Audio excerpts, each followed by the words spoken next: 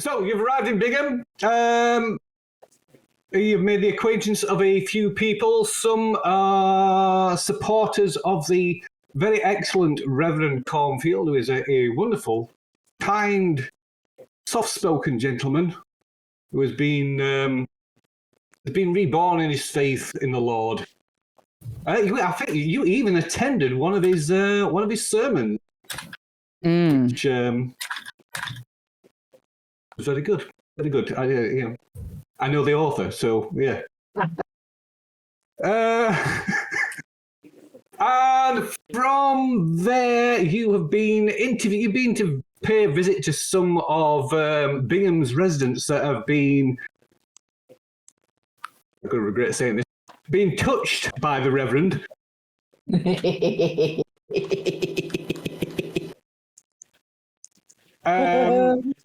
She really should have muted herself for that. I was muted. Yeah. Shit. One Peggy Shaw, who was struggling with childbirth, and the Reverend laid his hands upon her and saved her life and that of her unborn baby. But you all, and some of you have gone to see visit Peggy, and the rest of you went to the lumbers, to the Straight Grain Lumber Company to pay a visit to George Henson, another miraculous sort of recipient of one of Reverend Cornfield's miracles, who was almost crushed to death, or seemingly crushed to death by falling lumber, but the Reverend saved him. But yeah, a lot of these people are the ones that you've heard rumours about, and the ones that you've seen in person. They seem to have picked up some quirks, shall we say, after their miracles. So Mr. Henson is quite, despite having his pelvis crushed and his spine and his pelvis crushed, is now quite the agile, dexterous person, leaping and climbing everywhere, moving with sort of erratic sort of speed, bursts of speed. I think he challenged somebody to a test of dexterity. I think it's just $5 you win, didn't I? Yeah. So see, it's basically a game of chicken with one of the bandsaws in the lumber mill. Yeah. I think you turned that down, didn't you? Yeah. Then of course we had Peggy Shaw. Went to who was good? Was it visit to Peggy Shaw? It was Alfie, Jamie, and Karina went to see Peggy Shaw, I believe, was it? No, I actually went to Lobby. No, it was just Jamie and Alfie, I think. Oh, Jamie and Alfie. Yeah. Oh, I thought Karina was at. No, Karina was at the. My reason for not going is because I assumed that there was deformities and nastiness, and so I didn't want to take. Ignore that I sent to you. Well, I was thinking of a different way to go around things. It might. I don't know how that would have worked in, but yeah. Okay, that's fine. Okay. Yeah. God damn, I was looking forward to that as well. Yes. So we finished with Peggy Shaw. She'd gone upstairs to check on her son, who had woken up, leaving you in the kitchen dinette or whatever you want to call it. And under the wood-burning stove, you found a tray containing sand, and nestled in the sand were two large leathery eggs with something squirming around inside. And I believe it was Jamie that, she had a bit of a involuntary reaction. She jumped back and sort of fell into the table, knocking things off the table. Which knocked over a pan, didn't I? Yeah, something like that. So yeah, which brought Peggy running down the stairs. And I guess that's where we come in, isn't it? So Peggy comes bursting into the room. She says, "Oh, well, what's that? Is everything all right? I heard a crash." Oh, I'm awfully sorry. I just happened to knock over this this pan. Sorry, I'm very clumsy. And I pick it up off the floor. You notice her eyes dart from yourselves over to the stove.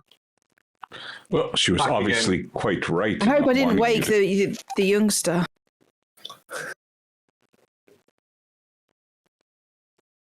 Well, if there's nothing else that you folks want, then I really should go back upstairs and see to my son.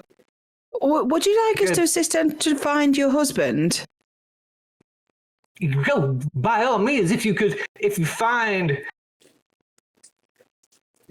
Gregory, you send him home now.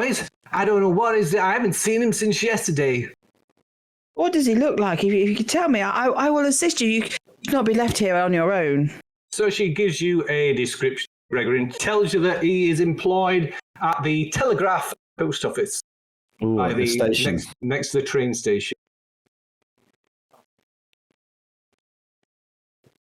So she kind of sort of hustles you out the door. Yeah, rude. As we leave, shuts the screen door and closes the inner door. Okay, I'll be right there, honey.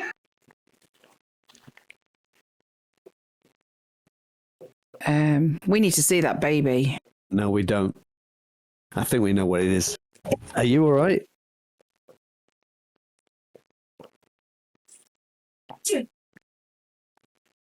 That was also an involuntary reaction. Bless you.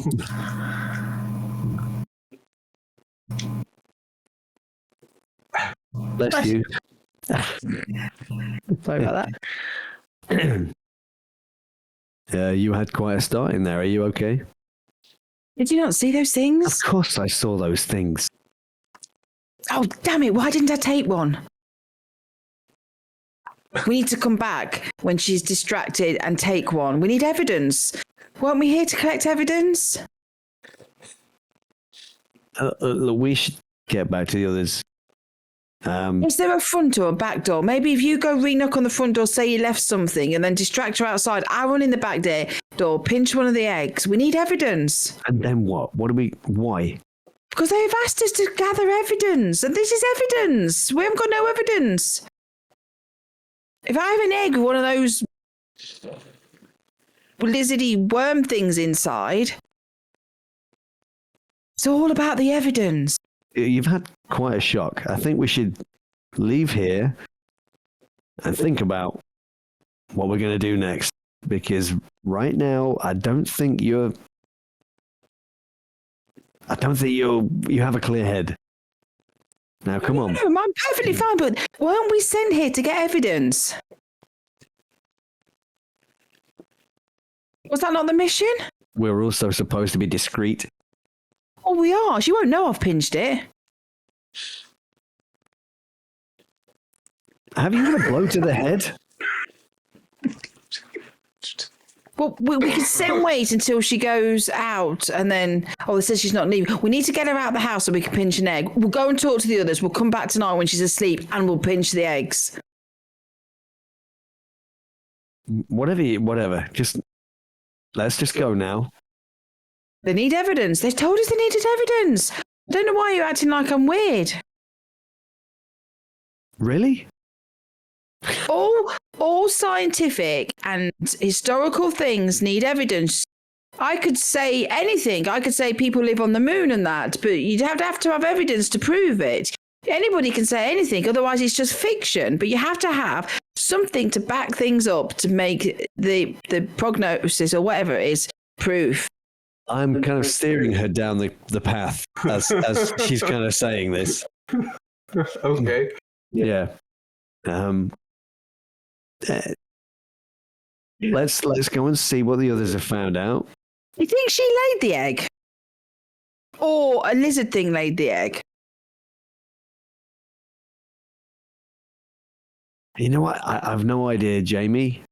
But I'm looking at her as if like, are you suffering some kind of memory loss or something? No, why? Oh, why what? No. She's got a baby upstairs. Did that baby come out as an egg? I'm just doing biology here. Do you think she's popping the eggs out like a chicken, or No, like a lizard. Oh yeah, yeah. But, well, same thing. They pop eggs out, but humans pop babies out. Yeah, I suspect that there's something else going on here, Jamie. I think there's lizard people around. Problem you're going to have, Alfie, is when she gets back to the rest of us and says, Vinny, we need to steal something, because they'll be like, let's get it. That's when you're So where are you heading then? Where is I mean, we must have decided where we were going to regroup. I'd have thought. We need to go to the Telegraph post office to see her husband and find out why he's not gone home. Well, we all know why, because she's popping eggs out, but... Yeah, no, what, more kids? Yeah, okay, well, maybe... I mean, no, because we wouldn't have arranged that with everybody else. What would we have agreed, guys? Just the boarding house where we're staying, or the saloon where we were drinking, probably. Yeah, because we're both on the same side. It's just we're going down different roads. We probably would have agreed to meet at the boarding house, right? Yeah, I think. What time of day is it? It is. Pause it. It is still morning. It's about. Oh God, maybe not. About 10:15 in the morning. Bloody hell! Well, they went to the lumberyard, didn't they? Yeah. So we'll head towards the lumberyard. We might catch them walking back. Yeah. Doesn't happen to go by the Telegraph post office place, does it? I was just going to say, would we have maybe decided to go to the library? Because when we came in and walked past it last time, it wasn't open. Mm-hmm. We could do. Are we able to say that we arranged that, Phil? If you wish. Okay. That's where we'll head. We'll meet at the library then. Such a prepared and organised group, it goes without saying we would have arranged that. Okay, so as Jamie and Alfie head towards the public library, Bingham, we'll cut back over to the Straight Grain Lumber Company. So you have to refresh my memory. Like I said, I got things a bit confused. I thought Karina was over at the house. So what had happened over at the lumber mill? We got very, very confused by this crazy person. He was jumping about on top of the stacks of logs, running about like a madman, throwing logs about, wasn't he? Yeah. Yeah, it was just like showing off. It's like showing off what he could do. So, and then he just like we were trying to have a conversation, and then he just left because he's like, "Yeah, I'm done with this conversation. Bye." Yeah. It was agility was really impressive, but the stamina was superhuman. Yes. The way he was running about. I really should have watched the end of last episode again. Yeah, it was like Donkey Kong on steroids, running about throwing. Did he do that thing on where they're chopping or the saw or something to see how long he could stay on it till he jumped off? He tried. Yeah. He wanted to have a bet with me. I was like, no, you can just have $5. You win. I was like, I'm not doing that. I'm stupid. I'm not that stupid. But yeah, so I can't recall anything that actually triggered a bout of madness. I think I might have made that up in my head. Yeah, there was nothing. It was only Jamie that I think that failed the sanity roll, and yeah. And don't worry, I'm sure you will get a chance again. I'm sure. It was such a good idea, though. It was. Save it. A good idea. Save it because we are going back to steal eggs. We can save it for the opportunity. Yeah. I'm sure the opportunity will arrive at some point. Anyway, so yes. So what are you guys doing? I think you'd finished your interview with Mr. Henson, hadn't you, on the lumberyard? Mm-hmm. What's the guy's name? Mr. Fowler, who's the owner of the lumberyard and an alcoholic. He was so he was in the office, but he was like asleep, obviously sleeping off a hangover. Yeah, I'm not entirely sure because it was really strange. I think it's just a turn to the others. and just say, like, I mean, he seems extremely well for somebody that was crushed and in a lower tone. It's like, I'm just saying, still seems human. He does actually. We didn't see any disformity on his skin or anything, did we? No. But his agility and his stamina was superhuman, though. His mannerisms were a little odd. He was erratic. He was running about like a madman, eh? Yeah, kind of like when you first met him, he kind of just came running straight towards you. Almost looked like he was going to run straight into you, and then just like stock still in an instant. Yeah, like he's just on full speed all the time. But it was like effortless. Yeah, like it was. Like he could do it all day, and it wouldn't bother him. Like superhuman endurance and stamina. It was weird. That man was possessed an athleticism that was beyond anything that was normal. Yeah, I mean, it's the kind of. I mean, we're in the 1930s. We don't know about steroids yet, do we? It's not a thing yet, is it? And what we would be doing with them? Possibly not. I mean, No. Even if it is, it's not something that'd be common knowledge. Anyway. No, common people wouldn't know the concept of what something like that, like we do in the modern age. So yeah, it would seem really strange to us that somebody who had that kind of endurance and stamina and everything. I mean, and this was a man that was crushed from the waist down or something like that. Would normally pelvis was squished, wasn't it? Normally, normally if somebody survives that, they're never walking again. Like, I mean, this Reverend seems to have done a fantastic job. Let's face it, but it seems too good. I mean, we all know the risks of some things. I worry about what he's doing. Where his source of his power for his miracles come from, because he seems to be able to perform some very strong miracles. Like, what he's done to that man is nothing short of miraculous. If he was injured the way it was described, and then we saw him running about like that, it's nothing short of a miracle. Then you say the woman you saw was acting very erratic and eating flies. She's almost animal-like behaviour. She was buzzing about the room, like head back and forward, like a little chameleon watches for flies and darts around watching the flies up, wrapping about the room, and they'll just go with the tongue and get it like that. She was like that. It was the weirdest thing. Maybe it depends on what he's healing. I mean, I think we need to catch up with the others to see how the what was she called? Shaw? Peggy Shaw. I mean, how Miss Shaw coped with his miracle. Yeah, so I've seen that woman and she had like kind of reptile-like behaviour. I'm trying to work out how this guy running about. That's more like a chimpanzee or something, the way he was running about up there. But then I guess lizards and things are very agile at climbing, aren't they? Yeah, they're very so that is kind of lizard-like behaviour as well, isn't it?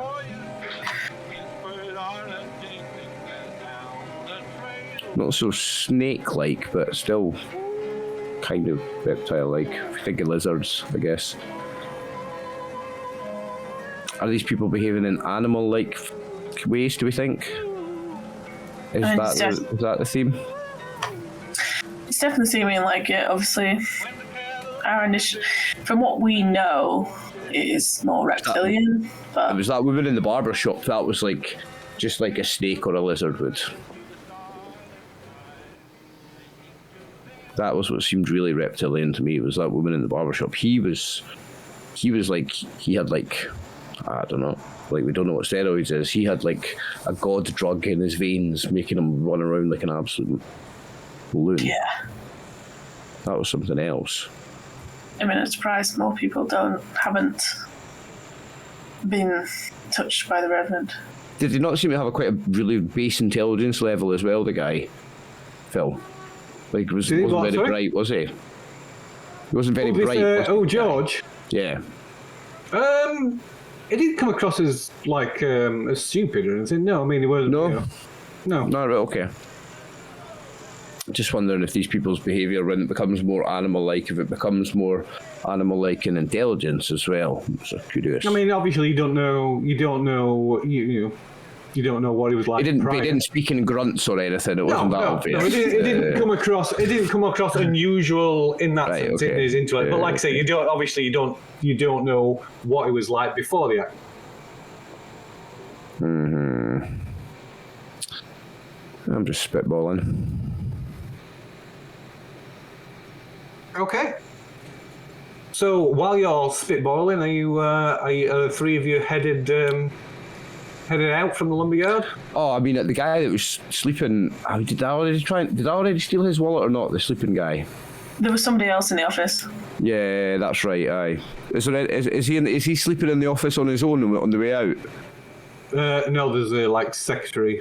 Ah, stupid secretary. Never mind. Yeah, I'm leaving. Okay, so the three of you heading to the agreed meeting point then? Now that's the 11 on the map, isn't it? So we're going from over here. Yeah. Yeah, so we're going up to here. Yeah. Okay. Heading to We'll probably the just head back library. along here, then up this street. Yeah. Yeah. Or just up there. Past the church. Please. Yeah, we're going past the church if we go to there and straight up.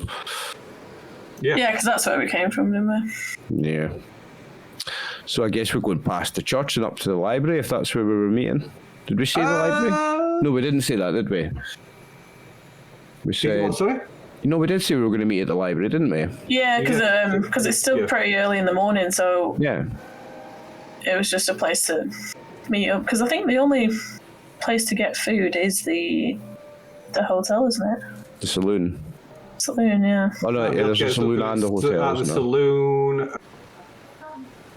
Yeah, Yeah, there's not much in the way of Thanks. There's not many businesses still open.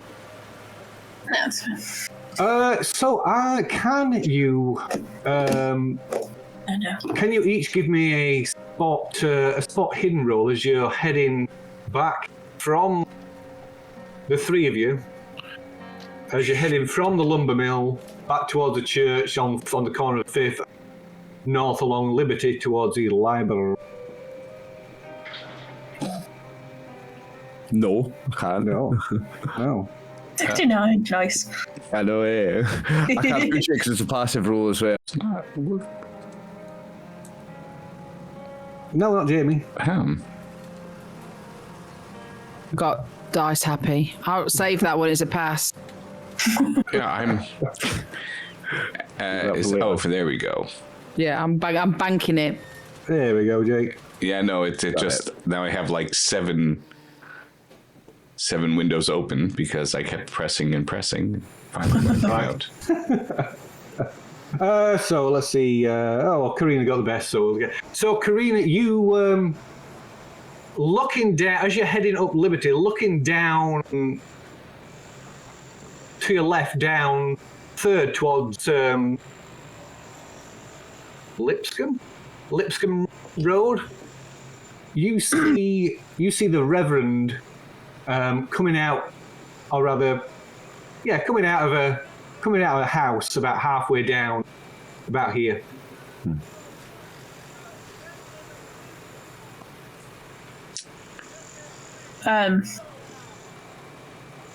I'll point him out to the others as we walk past. Wow, it looks like the Reverend does house calls. And I'll call attention to him if we're close by. Oh, good Reverend. Good day. It's wonderful to see you again. Morning, Reverend. Good to see you. I trust you enjoyed the sermon today. Wonderful. It was most informative. Quite. Are you healing more of the sick? Oh no. I just heading out to pick up a few things. Even Reverend's even men of God have to pick up groceries for now and then. Yeah. Laughs at his own joke. Says, Bottles of whiskey clank. will we be seeing you at tonight's meeting? Oh, we wouldn't miss it, Reverend, of course. What could we bring? Oh, just yourselves would be fine. I'm sure you'll find it most quite the effective. Have we had this meeting before, just now? Sorry? Had we heard anything about this meeting before, just now? Yeah, he'd mentioned it. He'd mentioned it when you spoke to him after the sermon. He invited us for dinner, didn't he? Not for dinner, no. No? I thought it was invited for dinner. Okay.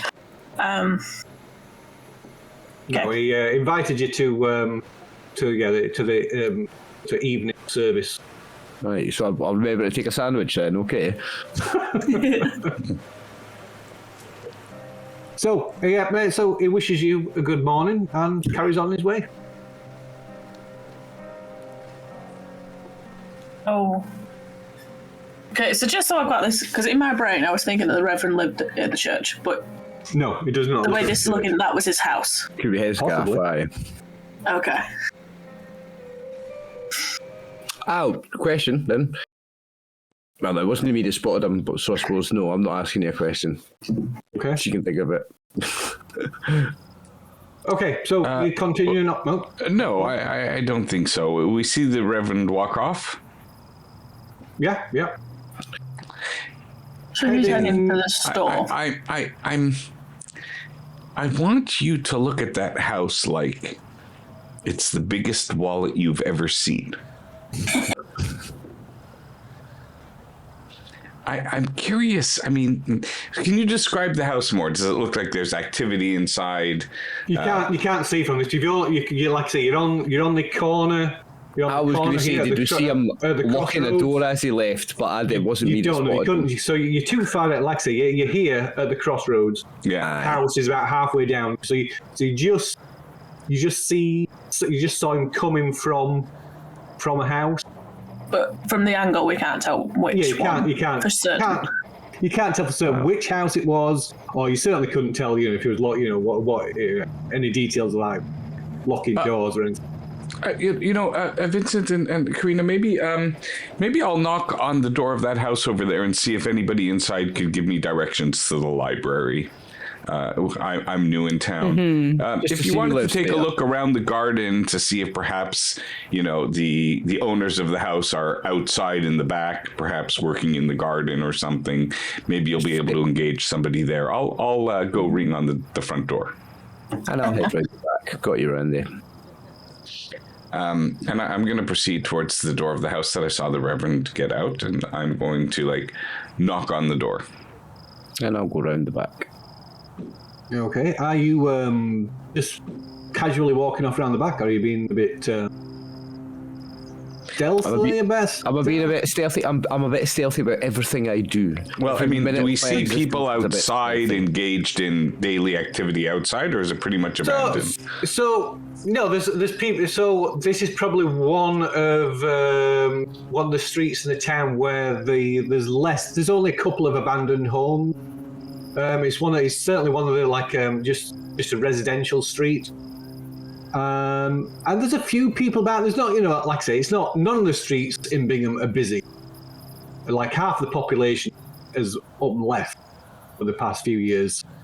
So you see, you probably see one or two people either out on the street or just out front of the homes or through the windows of the front windows of the homes. But yeah, they're not a lot.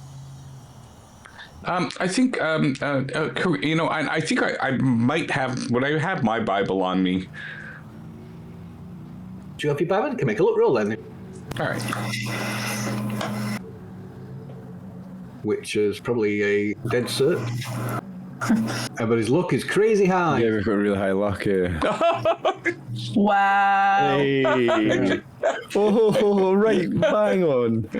That's why I just Wow. don't spend it, so I got it. Yeah. So I'm gonna have it, and I'm gonna go, Karina. It looks like that might be a lovely house for the inhabitants to, accept the word of the Church of Mormon of Latter-day Saints.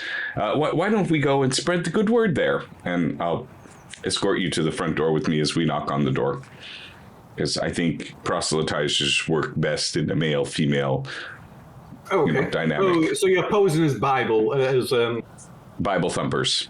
yes, very good. Got a pair of them today, actually. They do work in male-female pairs, like.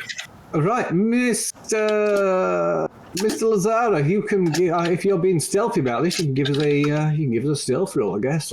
Like I told you, mate, every minute of my existence is a wee bit stealthy. I am going to let you have a bonus dice though, because like I said, it's a lot of people. It's not a busy place. Busy, not busy. Okay, success. Okay. Regular. So you head round the back, quite into there's like a what would have been like a lawn area at the back of the house, but now it's just dead grass, dusty yard, few trash cans, some dead bushes. So it's a quick glance around the yard first, and then up to under the windows, obviously coming up for a wee look. All right. So meanwhile, Karina and Randall, no, there's no response. There's no response. I'm going to, pretend to be knocking on the door again with one hand. And with the other hand, I'm going to try the door.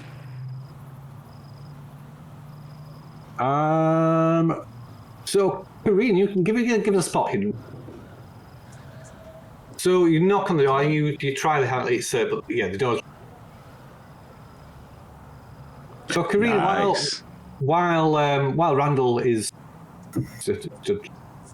surreptitious, trying the door handle, you're stood just to one side on the porch, and you can see through the front window on the right, to the right of the porch, is the curtains are drawn, and there's a writing desk sat just in front of the window, and on the writing desk is the Reverend's Bible.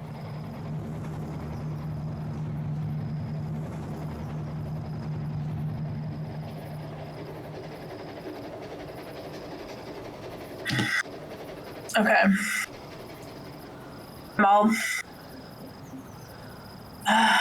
just mention it to Randall and just be like, he left his Bible. Well, that means two things. How's the door?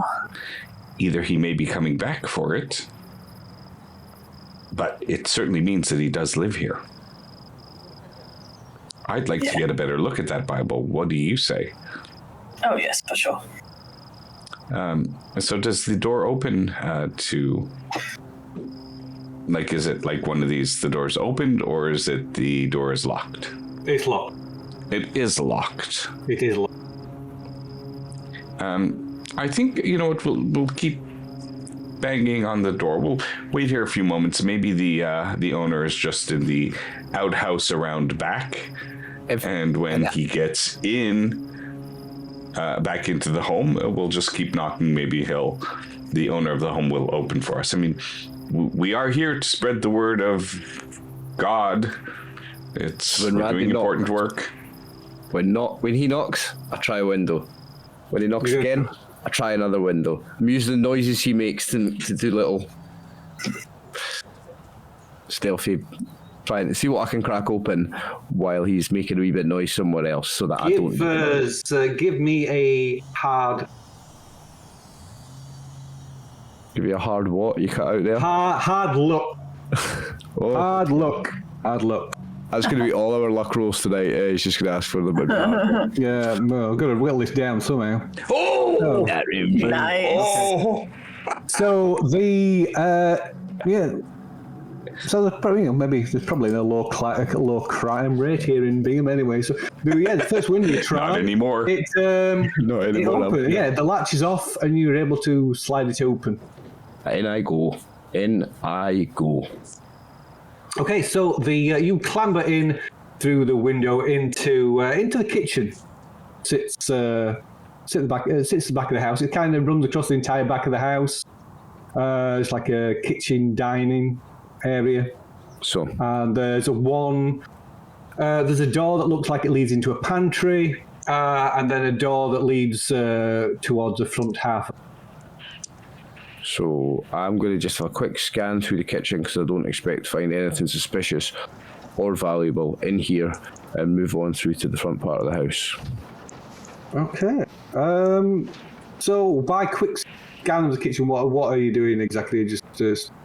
Well, I mean, we're going to search this guy's house, but I'm going to go through and let Randy in, I think. But I'm just going to quickly scan through for anything that immediately stands out as weird or valuable. Okay. What? So just like a visual look around, or you're searching the kitchen? What exactly? Not a search, but I mean, like if there's any like silverware like hanging from something, you know. So you're just looking to see if there's any valuables. Also for evidence as well. Like I'm not just here to rob them. But I mean, you're just looking for evidence. Yeah. But I mean, I don't expect to find anything dodgy in the kitchen, so it's just a quick look through here. But if there's any silverware, I'm just saying. Yeah, but what I'm saying is, are you going through opening cupboards and opening drawers, or are you just just taking a visual look? Quick open of the drawers, though. Right. Yeah. A wee quick. So yeah, not just like visually scanning the room. You having a So I guess a wee quick pull through the drawers, because if I am going for his silverware, I guess I'll have to open his drawers. Okay. So no, I'm looking for suspicious things, and also I'm trying to get through fairly quickly. So just a quick open and look of the drawers, yeah. Right. So give a quick look through quick search around the kitchen. You don't find anything of value. There's no like valuable silverware. There's just like pretty poor standard crockery. I'll move on then. The cupboards are surprisingly bare. There's not much in the cupboards. There's no fresh food around. There's a few tins of canned food. You can make a spot hidden roll as well while you're doing that. Spot hidden. 69, dude. Again. Yay! There we go. Okay, so the tin food in the cupboards and the like dried food, it's all several months old.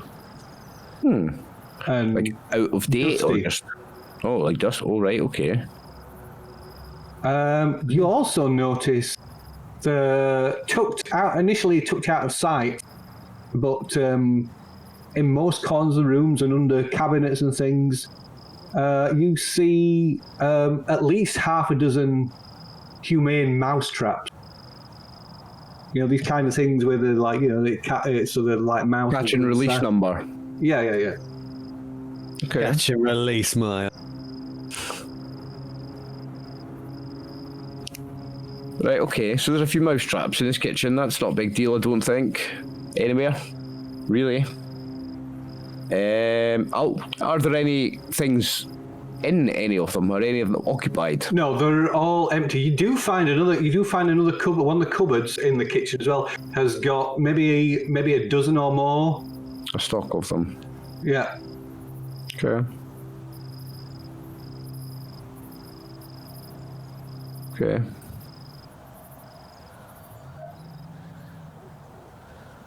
I was just thinking, do mice eat snake eggs? It's not the other way around. Snakes would eat mice, eh?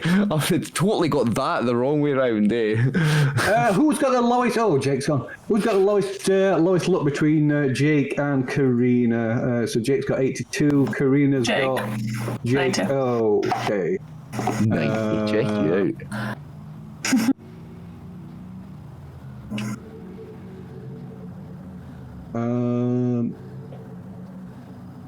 Take away a bit of pleasure. I'm going to roll it.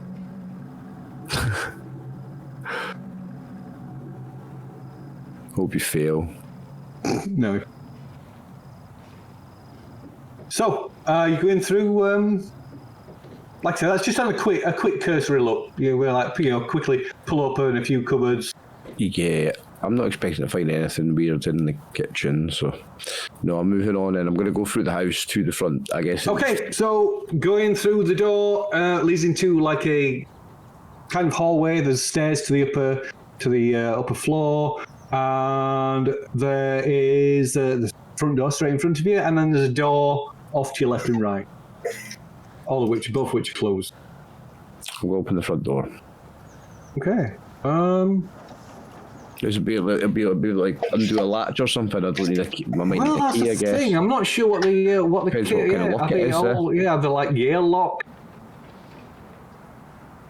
I think American door locks tend to be more like Yale locks, don't they? Rather than In 1930, did lever locks that we have. Yeah. So yeah, you will say that you can open the door.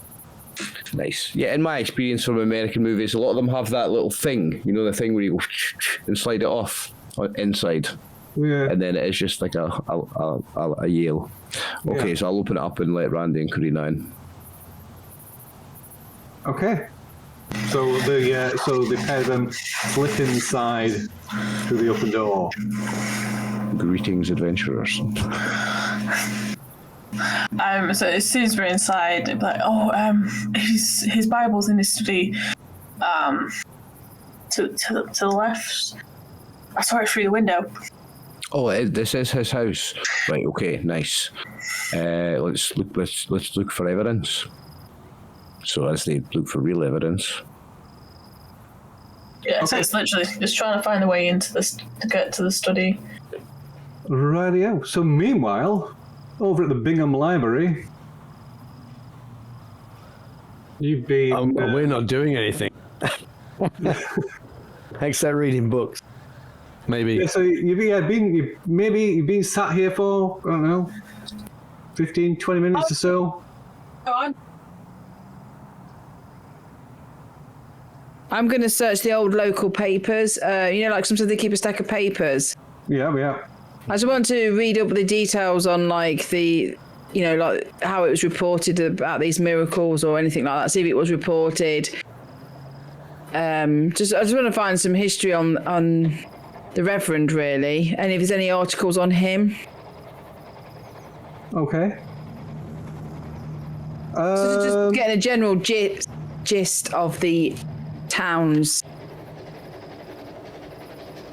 Do they have a local newspaper? They might not. I just assumed.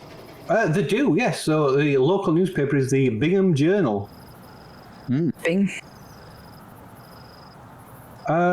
So I guess you can make it. Give that a library use roll then if you want to search for the papers.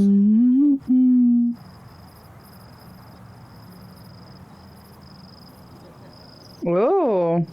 Okay. So yeah, there's a backlog of old newspapers, the old Bingham Journal. In fact, it's the only paper they've kept back issues of. Okay. And to be honest, the stories are quite. Majority of the stories are quite mundane. But flicking through over the past few months, there is a story mentioning that the Reverend, has been reported missing, and then a later story saying that is believed to have wandered off into the desert, and then again a week later that there's fears of his that he may be dead. Like searchers have turned up, but no sign of him. And then, of course, about a week later, there's a story announcing his return. So the story makes mention of that the Reverend, upon his return, despite being out in the desert for weeks, He looks refreshed, even perhaps more youthful. His once grey, his hair that was once shot through with grey is now like it's shiny black, healthy-looking black hair and beard again. There's also following that, there is of course there's stories reporting on the miracles in the paper as well. You can make a psychology roll as well. Oh.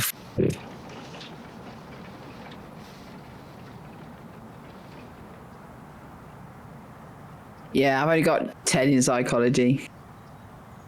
Can I make that roll as well? If you're perusing the papers, yes. Well, I think we'll do it together. No. Yeah. Okay, yeah.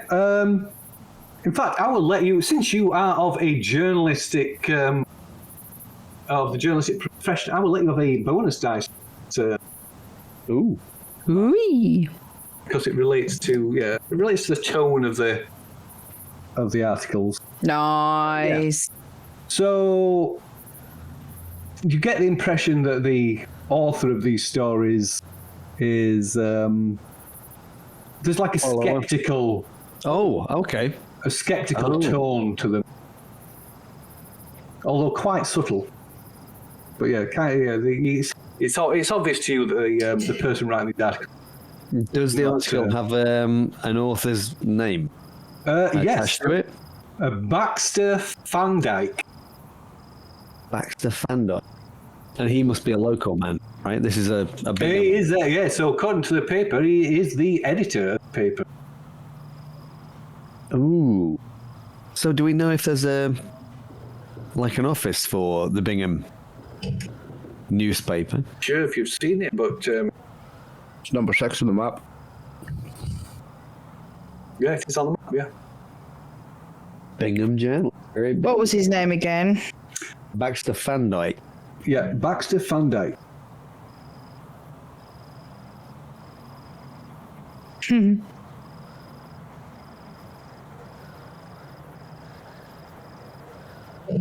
It's not too far from the guest house, is it? No.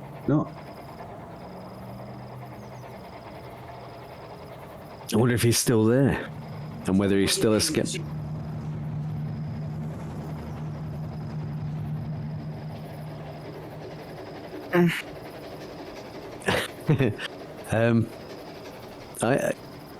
I mean, Jamie, this article, it's written by a local man.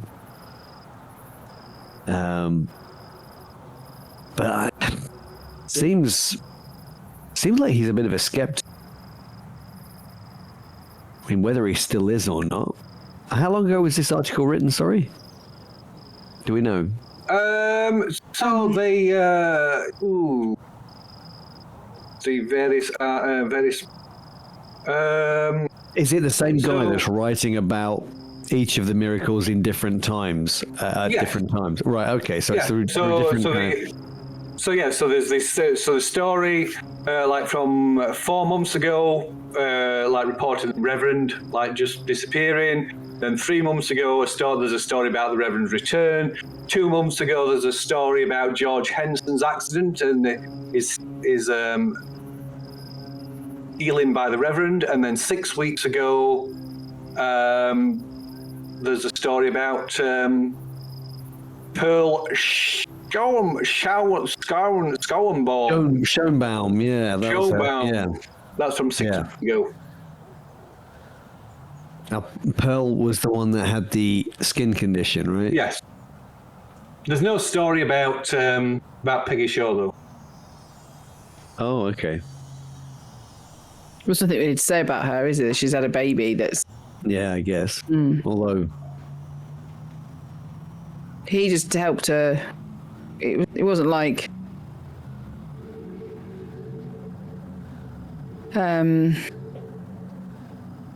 So it's about 4 months.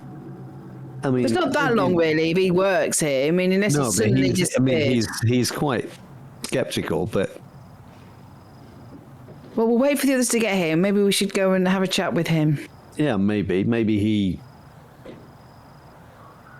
he's got some idea as to what's going on. I mean, we've got to gain evidence for Caduceus of... Look, I think Caduceus is going to take our word for it, Jamie, to be fair.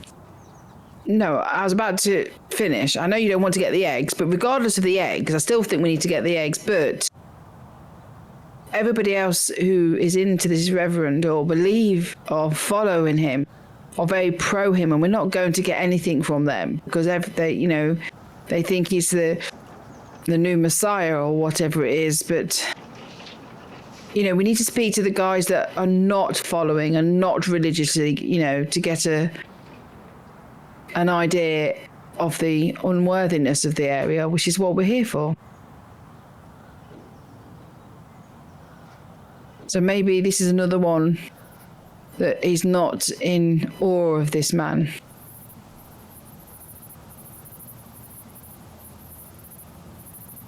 I'm also going to go do a quick search of the letters in. Sometimes people write anonymous letters in. Is there anything like that? Anyone's written anything?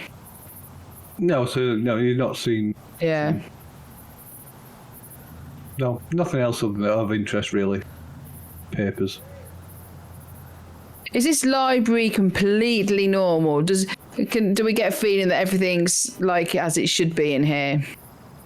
Yeah. We've had time to kill. I'm just wondering if we wander up and down the bookshelves, just because I'm like, I'm into archaeologists and archaeology and all that. So I might look around the history section while we're waiting because we've had time to kill.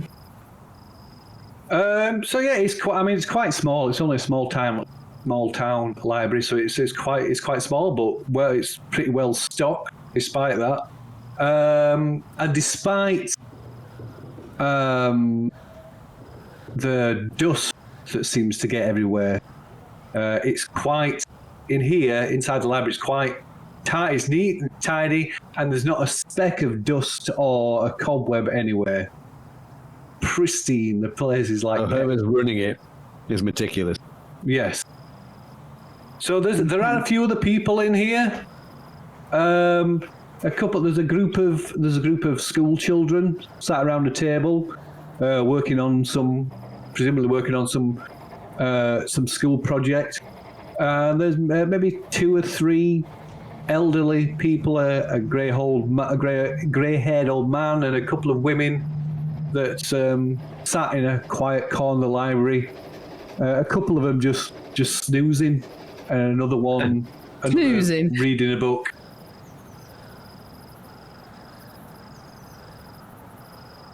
And of course, there's a librarian as well. Meticulous librarian. Yes, very. So it looks to be about her 50s. Kind of really cliched sort of librarian, with got the horn-rimmed glasses, her hair's sort of pulled up tight in a bun on the top of her head, and she's wearing this kind of really plain sort of blouse and skirt, but it's all ticklish,ly clean. It looks clean and pressed, and everything is has its place. Everything's neat, tidy. It's a great place for a Napa library, nice and quiet. Those, of all the public places to get a snooze, that's the one, isn't it? Okay. I would like to go and speak to this librarian, I think. Okay. So I'm gonna wander over. Now, this is the 1930s. I'm a journalist. I guess I've got a press pass or something, right? Like yeah, press card. So, yeah, I guess so. And I'm going to show this to her, and I'm going to say, well, good morning. My name is Alfred Monroe. I work for the Washington Post, and I've come down to Bingham because I've heard some rather extraordinary things about your Reverend, Mr. Cornfield. Kind of just look. She didn't respond. Answers. I'm quite interested in doing an article. It's not often we hear of people performing miracles. So And believe that kind of thing. I mean, I'd quite like to try and get as many opinions of the locals Oh, it's back. as I could. And would you be willing to offer an opinion? I guess. Although I don't really have to have mention your name. Well, yeah, sure. I mean, I don't really have an opinion one way or the other. I'm not a religious person myself. Interesting. He's quite a polarizing figure, it appears. It seems so. Ever since he's certainly since his return from his little sojourn out in the desert. What do you make of that? I mean, what was he like before? Did you know him at all? Well, I know the Reverend. Yes. As I say, I'm not a religious person myself, but the Reverend has always been a upstanding figure. Kind, helpful, respected man. Although his popularity was perhaps more widespread before his disappearance. Oh, you believe he was the majority of the population of Bingham? They were more inclined to listen to him or follow him before his little. I would say that the people of Bingham, more of the people of Bingham were more viewed the Reverend in a more favourable light. I see. Although, from what I understand, his sermons, these services are receive much higher attendance these days. From people out of town? Well, Now? I guess I hear people from out of town have been coming to Bingham to hear the Reverend preach, but not just out of towners, just folk in general. As I say, the Reverend was always a upstanding member of the community. It is, as I understand it, is the attendance to his at the church was flagging somewhat. And now there's been a resurgence. Well, yes, I believe perhaps with these so-called miracles, I imagine it draws a crowd. So do you not think? I mean, a cynical person, I suppose, would suggest that he was inventing or fabricating these miracles somewhat in order to bolster his reputation. A cynical person might say that. No, I mean, I wouldn't know. I mean, don't get me wrong. I don't. To be sure, I wouldn't. I mean, I could be wrong, but that's not something I would expect from the Reverend. As I say, he was always struck me as a honest and kind man. But as for actual miracles, I'm not so sure. But I don't believe the Reverend is out to deceive anyone, although I could be wrong. I mean, George Henson, are you aware of that gentleman? I've heard the stories. I read the story in the paper. Yeah. How do you explain his recovery? Well, I assume, as I say, I don't put much stock in these stories of miracles. I assume things were exaggerated. You didn't know George Henson yourself. I mean, it is a fairly small town. He's not a. I know librarian. of him, but no, I don't know in person. No. Do you know anybody that might? Anybody within the town that might, like a friend of his or somebody that I might be able to speak to, get a different viewpoint.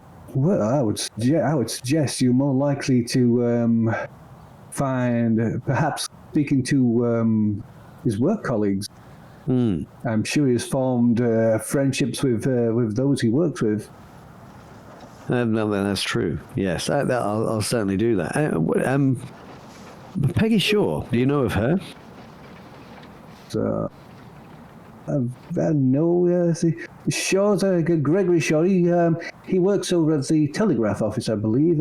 Again, I don't know them. I don't know them personally. Gregory comes.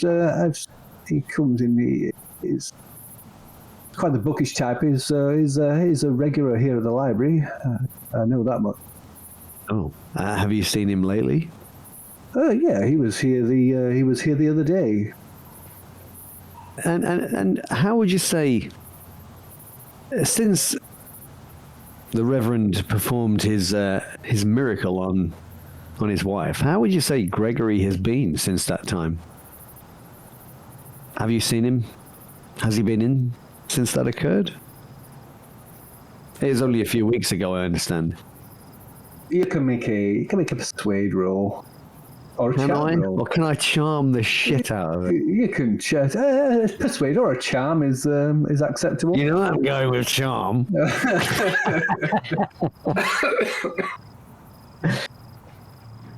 And I'm going to use my talent. I think my Pulp talent. Oh. Which gives me a bonus dice, I believe. Yes, because do you have to spend anything? I don't believe I do. I am a smooth talker. Gain a bonus die to charm. I know some of them require you to spend luck doing it. Yeah, this way it doesn't say anything. No. Okay. So.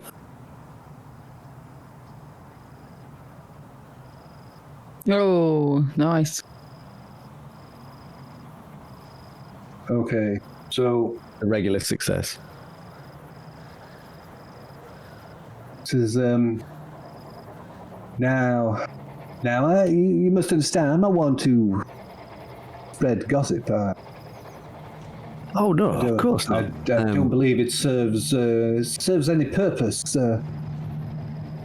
I can see from the state of the library you're a fastidious woman, and I would not.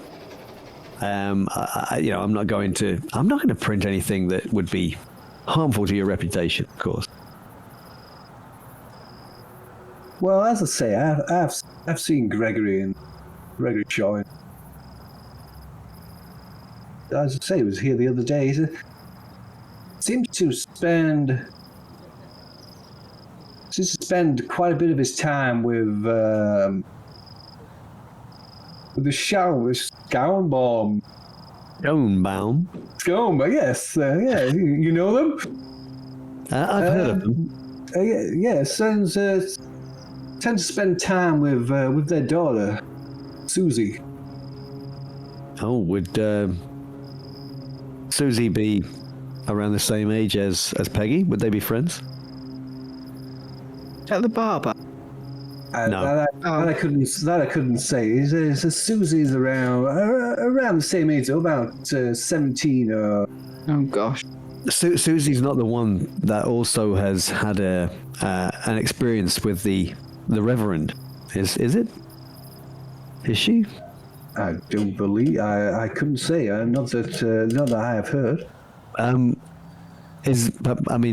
sure it's a member of the Schoenbaum family that had some condition that was cured by the Reverend. Oh yes, I believe the blacksmith's wife. Yes, Pearl. She had. I hear she had a quite terrible. She's a Schoenbaum. Are they related? Yes.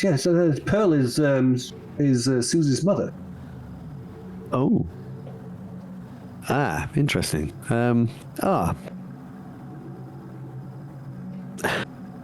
Yes, I think I perhaps need to. I'd like to go and speak to those. I think the Schoenbaums. They seem like they might have an interesting viewpoint, perhaps. And Gregory sees a lot of the daughter. As I say, I'm not spreading gossip. Of course. I'm sure there's nothing untoward in the relationship. I'm sure. The past 2 times I've seen Gregory in here, he's been in the company of Susie. Well, thank you for your time. It's been most enlightening. Your library is it's so well organized. I don't think I've seen one quite so well laid out as this one. You really are a credit. Really is a credit to you, Mrs. It's Mrs. Willis. Okay. Mrs. Willis. Mrs. Willis. No. You can make a. So yeah, she kind of smiles and she blushes a bit and she thanks you for your kind comments. You can make a psychology roll as well. Okay, I can try.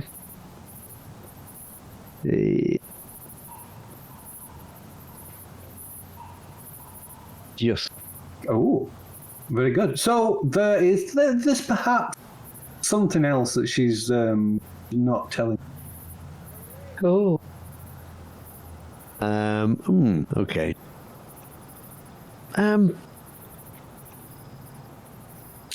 Is there anything else, Mrs. Willis, that you might think might be useful to me at all? Something you might be holding back. I don't want to go upsetting or offending anybody, but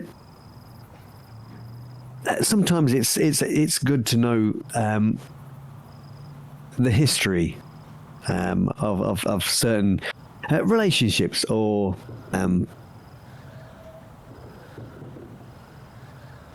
things of that nature. Before I speak to anybody, I really wouldn't like to put my foot in it, as it were. That will definitely require a persuade roll. This. But I'm no good at that, Phil. No! No, you are not. Wow. It's only 62 look to pass. We've got enough. 62. I'll give you it for me. I have enough. Well, I mean, I've got enough. So you could spend the luck, or you could push it. Oh, I mean, The odds of pushing it. Yeah, it's not great. What's the worst that can happen, though? Look, The headbutt.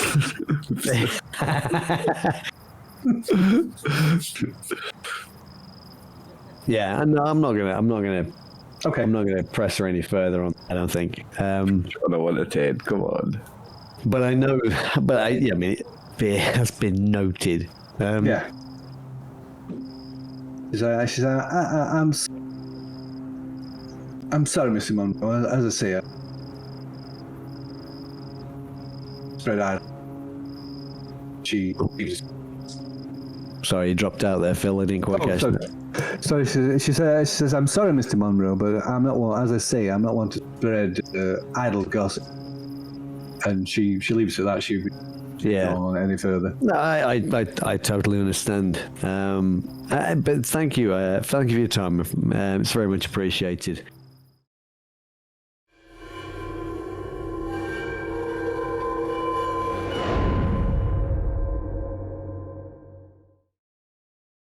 Back at the biggest house, indeed. Yes. Hey. What are you doing, guys? Well, they're looking for evidence. I'm robbing them. I love how ours is evidence. It And might yours be is valuable. stealing. Yeah, there's Well, the there's Bible three of to us, go so we through. don't all need to look for the evidence. Come on. Resource management, guys. So Yeah, we what got exactly? instructors. Straight So into you're going- study. Okay. She's want to look at his Bible, eh? Ooh, Not a euphemism.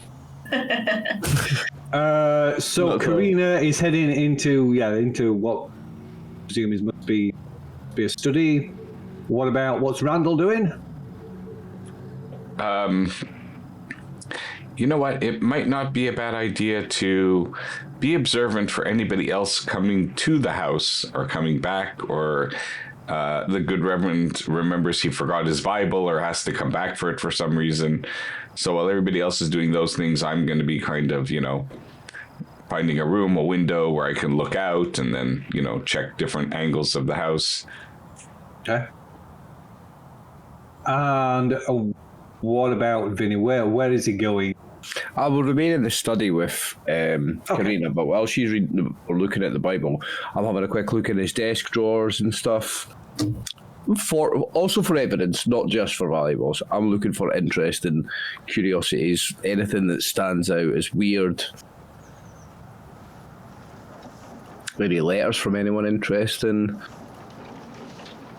Okay. That kind. So the room surprisingly sparse. There's a single bookcase in here that's as you would expect. It has mainly religious text. Nothing really that draws your attention. There's no valuables in here. Maybe there's a letter open that might be silver, maybe, or it could be pewter. You're not sure. Okay, it's one letter opener. It's not worth robbing them for. I'm not taking that. No interesting letters from anyone interested. No. Okay. So, like I say, on this, probably the only thing on the right, in front of the window, is this large leather-bound Bible that is full. Like I say, it's probably almost doubled in thickness. The amount of notes, bookmarks, various things stuffed inside it.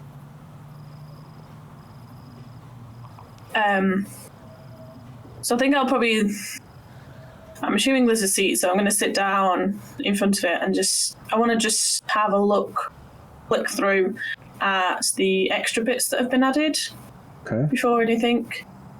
And see if there's anything of note there, to see what extra bits he's added, if it is genuinely just highlighted bits, as in say, oh, this is good, that's good, or it is bits about Yig,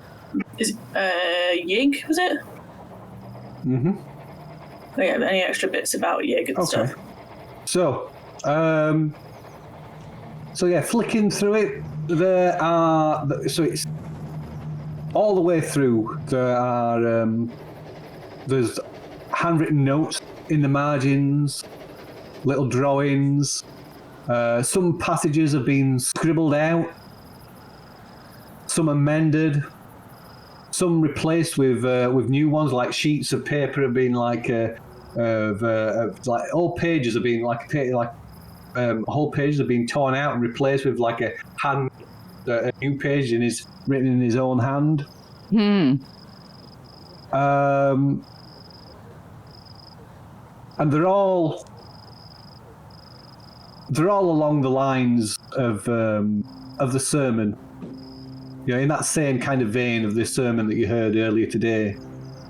It's all looking for anything that that has a leaning towards towards serpent. Anything that references serpents or snakes or anything like that has been highlighted. If it's written in a negative light, then he's rewritten it. So it's written in a favourable light. Wow.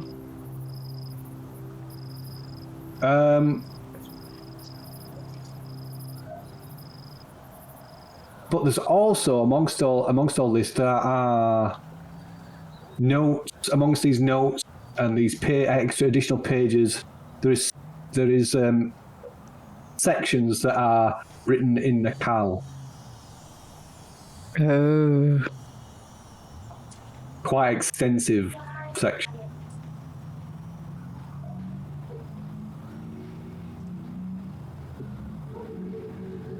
I think those bits I might just I'll get Vinny to give it a once over. Okay. See if he can glean any sort of words or anything from it, because I know he's read certain things before. Yeah, I've got like a 13 in Nakal. 14 I've got now in Nakal. You can give us a Nakal. You can give us a Nakal roll. Oh, I've got 4 in it. We've all got something in it. I know that. Oh. That far off. 12 luck's not that much. That's not a lot of luck. I'm going to spend this 12 luck here because this could be some important stuff. Read it quick before he comes back. Yep. I will spend that luck. Okay. So again, you don't get a chance to like give it an in-depth read. It will take some time to even just to skim it. But you were just flicking through. You kind of just running your finger over, so just seeing if like any words, anything pops out. And you see several mentions of the father of Serpent and Yig. Yeah. Okay. And something about rebirth. No. And the blessing of Yig.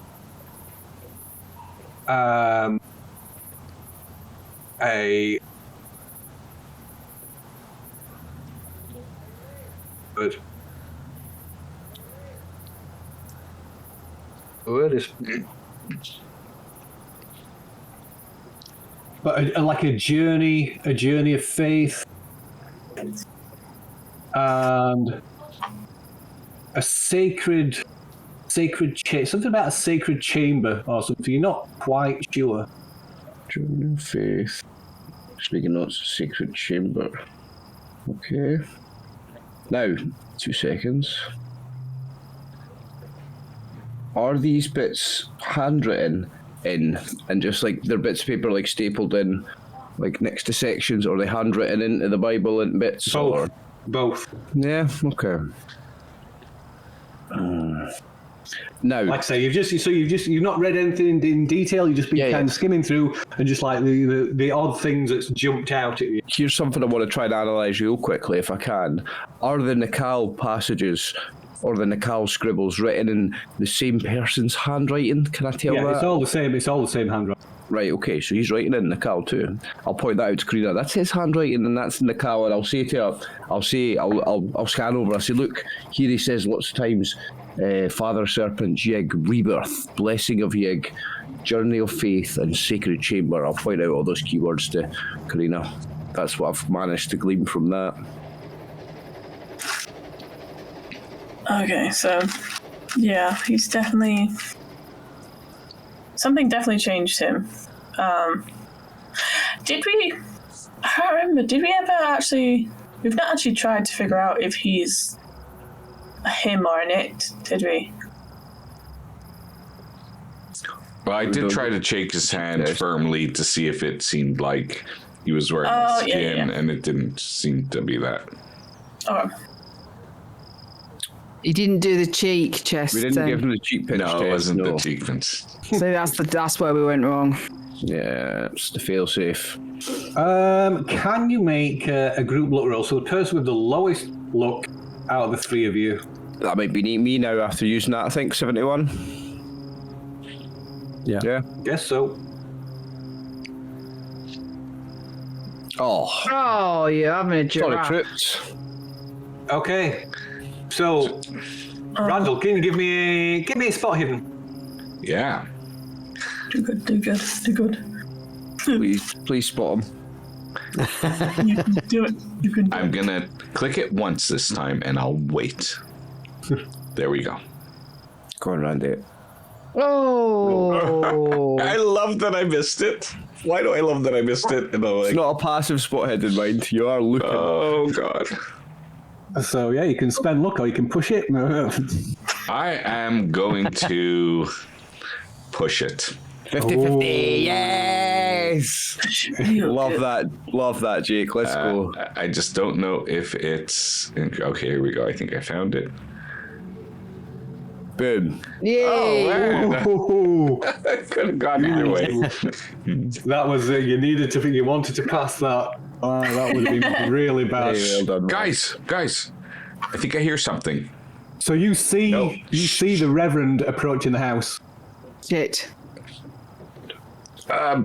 Code X. Right, I'll right. Back door. Yeah. Latch that door. Karina, let's go. Latch that door, and I'll lead the way to the back window that I came into. Okay, there's no door. I have to climb through a window. Yeah. Latch that door so that it's locked when he comes I latch the door as quietly as I can, and I sneak out. I'm assuming the blinds are all drawn and stuff, so we'll try to avoid any windows that seem to have been open or with lighter drapes than not. I'll be leaving the Bible. That's a split-second decision that you're going to make on your own. I am leaving the possibly silver thing just because I'm not stealing one thing just to leave evidence that we've been here. Like, I'm not stealing anything. You take the Bible if you want. No, I'll be leaving it. I'll literally just close it. Just shut it and just leave it. Okay. So you exit by the back window. Just slide, Vinny. You're just sliding the window closed again as you hear the click, the sound of the front door being opened, and you can make another group look roll as well. Oh. Let's see. Have you put everything back as it was? Oh, you have. So yeah, left. So you leave with leaving no apparent sign of your. You see, that makes us successful players. It's the attention to detail. Mm-hmm. Yeah, you make no sign in the house, but he sees you all stumbling out of his garden. So yeah, we'll say that Lee, waiting for the opportunity, you cautious, make you leave the property. I guess you're gonna head to the library. Yep, nice job, guys. Yes. Okay. So, shall we say it is? So say it's about 12:30 that afternoon, and you are all So Karina, Vinny, and Randall finally turn up at the library. About time. We're about to send out a search party. Well, we happened to find out where the Reverend lives. Get a little look inside his house. Okay. Say this very quietly, of course. We're still inside the library. Hush, hush, Yep. hush. We spotted the Reverend coming out of a house, so we thought we'd have a little look. Karina spotted his Bible inside, so we knew it was his house. We went inside, managed to sneak us in the back. You got the Bible? No, we didn't bring it, but I got a good look at it. There's lots of added text, extra bits, highlights, drawings, notes, but some of it's written in the Reverend's handwriting, and he's talking about Nakal, yeah, but in his handwriting. And I'm going to say again, he mentions Father Serpent's Yig, Rebirth, Blessing of Yig, Journey of Faith, and Sacred Chamber. Wow.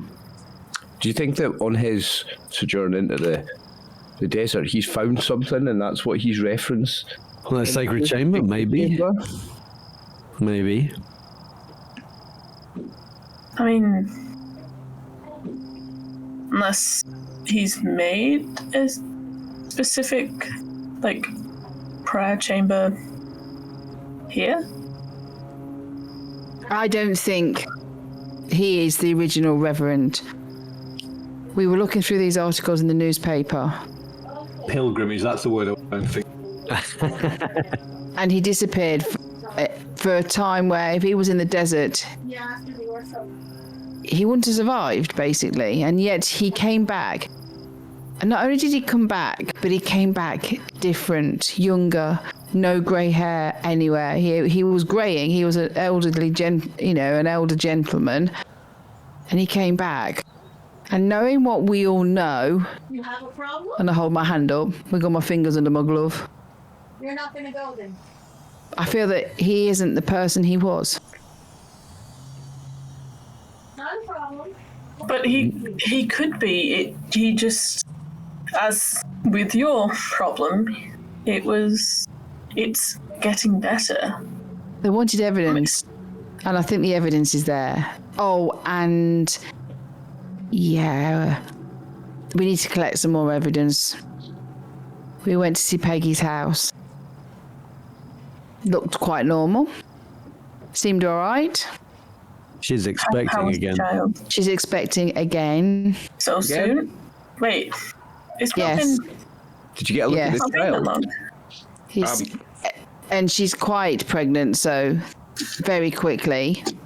Oh, don't think that's all that you should be worried about. We didn't get to see the child. The child was upstairs, very protective, very, very protective. She wouldn't let me see the child. I mean, And then That doesn't we surprise discovered. me. yeah. And then we discovered, under the heat of the oven, a tray of eggs being kept warm. Innocent as it dinner? may look, we thought, Like chicken eggs. maybe she was hatching some chicken eggs. No, Hatching they them. didn't look like chicken eggs. But when we looked at Not this them, big. they were of serpent. Size of a large yeast. Yeah. Oh, And we could see. the inside through the membrane. And it was reptilian. Yep. So the fact that she's pregnant again, she's obviously laying eggs. We didn't get to see the child, but she's not just pregnant. I mean, it's like this child is supposed to be. How old was this child supposed to be? Sorry, it was Just a few weeks, isn't a it? few weeks. A few weeks, Pregnant again. heavily. And How am I not going- postpartum waiting on weight loss. It's How am I supposed to extinct the lizard people if humans just keep raising their eggs? This doesn't make any sense. I think she's delivering the eggs. Delivering them? No, she's human. She must have. There must be a logical explanation for those eggs. They must have actually come from actual lizards. Randy, why are you asking for a logical explanation when I've got weird fingers growing and each one of us has got scales on us? After all we've seen, you're looking for You want logic Yeah, but now? Why You now? want me to believe that you could actually give birth to a lizard egg? That's preposterous. We've You seen think lizard he's- dogs. Why not a lizard person? We've seen lizard people. How do We've you think seen a baby, how do you fingers think a growing baby- back. Yeah, if there's lizard people, what do you think a baby lizard person starts Yeah, but as? from I guess an egg, from right? other lizards. I mean, maybe there's a secret cult of lizards that are dressed up like humans with the skin and stuff. I mean, maybe she need is to a see real that lizard. baby. Did you pinch her cheek?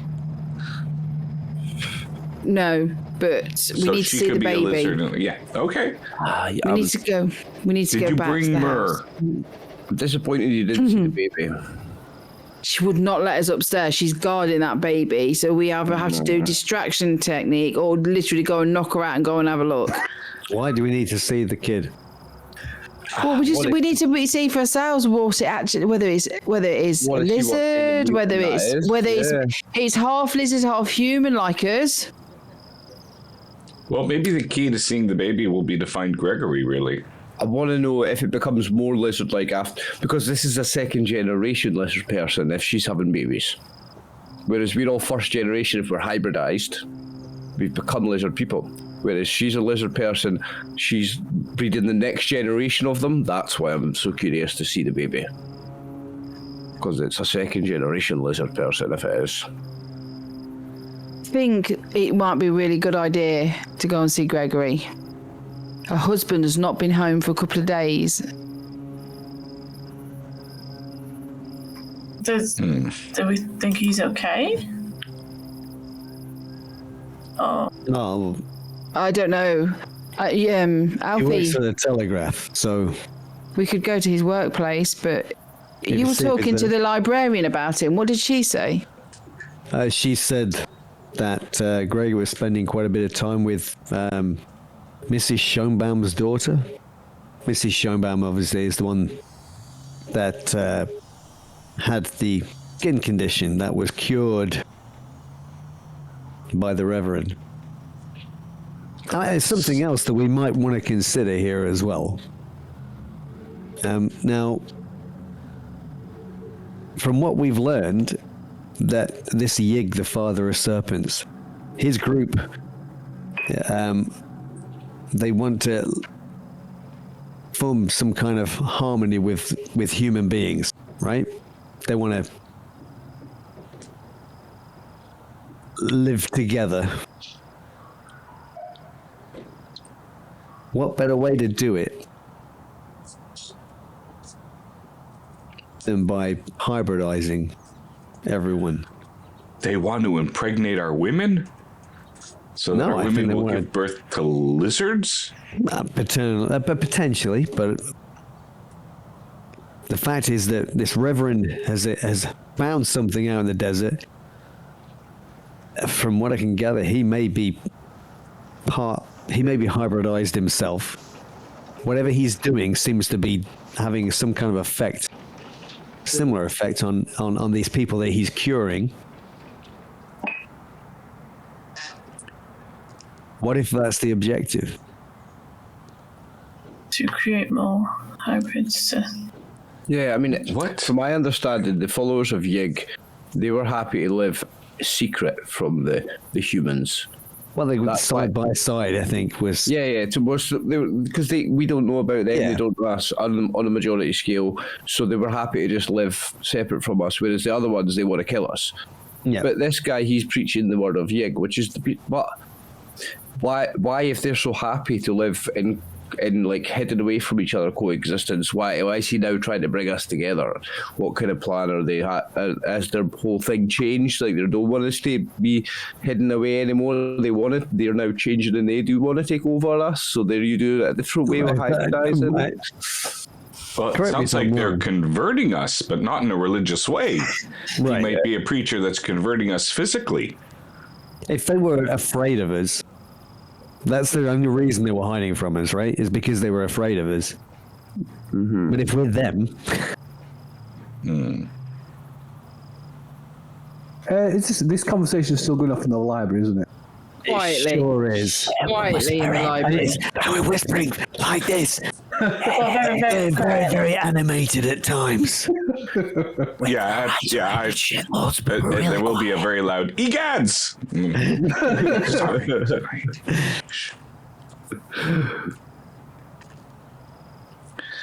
Huh. Yeah, everyone's just looking at us like, what are they talking about? Yeah. Every now and again, so he's going... Shh. Library. No, I'm pretty sure the Model Ford T, the T stands for turbo. I'm telling you. We need to find Gregory. I mean, the bloody thing does 3 miles per hour. Has to be turbo.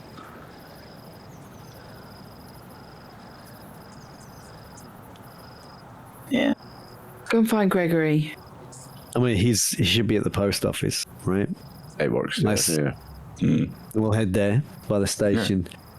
Well, So this is Sean Bob's daughter's friend. nobody else thinking about apparently lunch. he's... Peggy's husband or partner. Yeah, after what I've just seen, Randall, I'm not that hungry at the moment.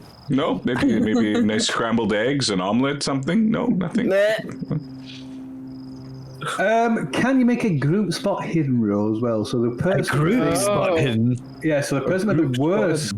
Oh no, sorry, the best. Sorry, the best. Best. I've got 70. Wow, that's good. But it will be with a grind, dude. penalty. But it will be with a penalty dice because you're kind of absorbed in what you. Okay. Yeah, I've I got got 81. Wow. Yeah. Thanks to my 67. last development. Nice. Pretty decent, like. With a penalty dice. Yeah. Shall I do it? Am I making Do it? it. Yeah, I think it's you. I don't like. Actually, I do like. Oh, Yay! Nice. So while you're talking, Alfie, you get that, you get that feeling of being watched, and glancing over your shoulder, you notice a girl about 17. about 17ish.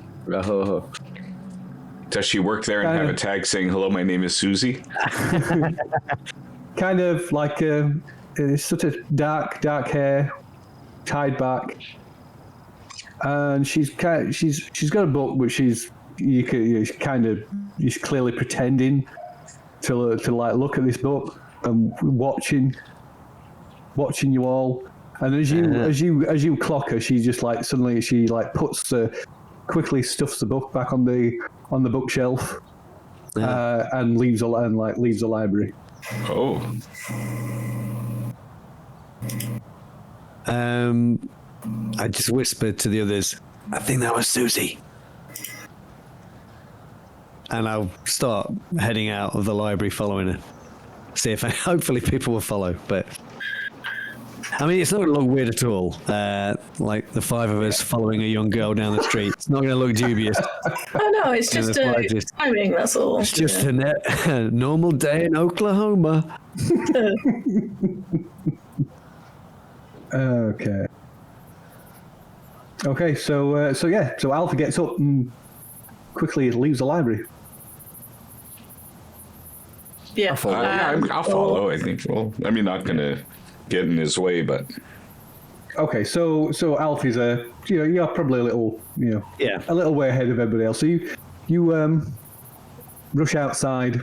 Yeah. Looking left and right, you can't see any sign of her. So you walk a little way down, walk a little way from the library, and then you hear, "Hey, Mister." I look around. So looking around, you see this girl in the alleyway at the side of the outside the library. Susie. She kind of looks a bit surprised at that. And It's okay. We're friends. We're here to help. like she like backs off further down the alleyway, and she like waves you forward. Like, Okay. yeah, Mister, I want to ask you something, Mister. Okay. I'll step into the alley cautiously. Okay, so the rest of you emerge from the library just as you see Alfie stepping down this side of the library. Follow him not into to the alley, just like to the edge of it, so she doesn't see me. So it's just, I'm Susie. Stonebound. Stonebound. Let me help you with that. Thank you. I'm Susie. I heard you talking. I heard you talk about Gregory. Yeah. We're looking for him. Do you know where he is? He'll be working. He'll be over in the telegraph office. He's still working. I was going to meet with him. I'm meeting with him later. But you people, I've heard people speaking about you. You're from out of town. Yes, that's right. So, Look, we know there's something going on, something not right here. Can you tell us anything else? Do you know anything else? It's to do with the Reverend, isn't it? Right, she looks around. She catches sight of Vinny and the others at the end of the alleyway. And says, "Meet us behind the old hardware store at 6." She runs off. Okay, I won't chase.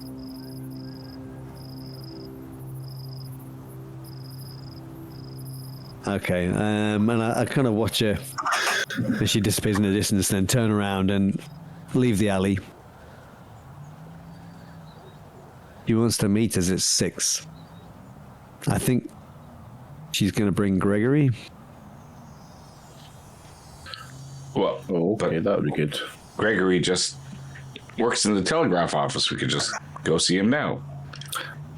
But if they're meeting us somewhere a bit more private, We say it might be- probably shouldn't send a telegraph, though, to you-know-who about you-know-what. From there, though. That's the only thing I would recommend. Yeah. Well, I think the more private meeting place might be a good idea. yeah, I mean, I don't know if we can trust He her, won't be so- able to talk openly if we approach him at work anyway, will he? No. No. So there's also the sermon this evening at 6. Oh yeah. Oh, That's it. okay.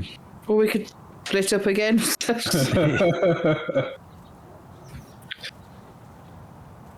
I love splitting the party. It's great. Divide and conquer, man. Yeah. So where was that? Divide and be conquered. Behind the hardware store. Yeah, where's that? Yeah, Oh, yeah, okay. it's not on the map. Somewhere. It's not It's far somewhere. away. Okay. Aye, that never split the party. That's just negative thinking, man. Divide and conquer. Always split the Yeah. party. So we'll say that she told you where the hardware Yeah. store is. Okay, well, I guess I'll go meet with Susie, because I'll go to the church. I think if most of us go to the church and Alfie goes on his own, I think No, not go on his own. He could be turned into a lizard. I'm I'll- already I'll- turned into a Yeah, fucking sorry, lizard. I'll head with Alfie to Susie. I just don't think most of us should go there, because if most of us show up to the church, you won't notice as many missing. Good Making point. us there now. Yeah, If that's only one of us is not there, he might not notice. If half of us are not there, he might notice. I was thinking. Well, no, I mean, it's. I don't think he knows us that well. I But think he is he'd be more expected. suspicious if we're always there. I mean, who goes to church all Well, I the don't time? know. I mean, Alfie was a bit combative the last time he spoke to the Reverend, I think. Yeah. I think the Reverend likes Randy though, I think. Yeah, he does. Everybody does. Yeah, of course Yeah. he does. Randy seems to talk his language a lot more than Yeah, we he do. basically wrote his last episode entire was sermon inspired- based was on what you inspired said. by this conversation with Randy, yeah. He loves Randy. All right, I'll go to the church then, though. I think you need to go to church. If Alfie, I'll go, Randy. I don't know about sending him off on his own. He's not going to go off on his own to die if he goes to meet Susie and Gregory. I don't think. I don't know. A hardware store, too many sharp objects near there for me to be comfortable. I'll go. He is very clumsy. I'm going to go to the church. Okay, so Randy and Jamie are going to the church. I don't mind going by myself. I'm not worried, but I was going to say Karina. I was going to send Karina with you, and I'll go to the church. But if you don't mind going your own, do you think it'll be okay? I'm. I don't think any of us should go on our Just own. thinking- We could be turned into lizards. No, That little girl's not going to hurt him. No one goes alone. Not in this think- town. I think it would be useful to have somebody go with Alfie. Yeah, 100%. Yeah. I mean, I can go with Alfie. I Yeah. don't mind. Do you mind, Karina? I want to go to the Yeah, church. I've seen you with a knife. You could definitely go with him and protect him. That's what I'm afraid of. Yeah, You look found me at with a knife. Don't make me go with Karina. You got no choice. You got No, I'll go by myself. It's fine. It's fine. I'm It's not fine. arguing. I'm not arguing, the but crazy don't lady. make me go with. Hey, I'm hiding the crazy well thing. Yep. I mean, I can go Oh, with you him. think so? Anyway, Yes. back to the egg collection. I'll go with you. I just wanted to go to church because he's quite a religious character. He's really curious to see what this crap. No, I think that's fine. That's fair enough. Yeah. Yeah. Karina, I think, and Alfie can probably handle themselves if anything gets too much. Okay. Look at. So, are you doing anything else for the rest of the day then, or? There is the newspaper guy. Oh, yeah. There's this fella. He's written some articles. What the hell? It's written some articles about the Reverend in the past, over the past few weeks, in the Bingham Journal. But the way he's written them, he seems a bit skeptical. I don't know if it's worth kind of seeing if he has any other insight, whether he's done any more research, that more than we've been able to do anyway in his time here. It's just down the road from the guest house. Question. Say that again, Karina. It might be worth questioning. Like I say, you like to dig. Journalists like to dig information up, don't you?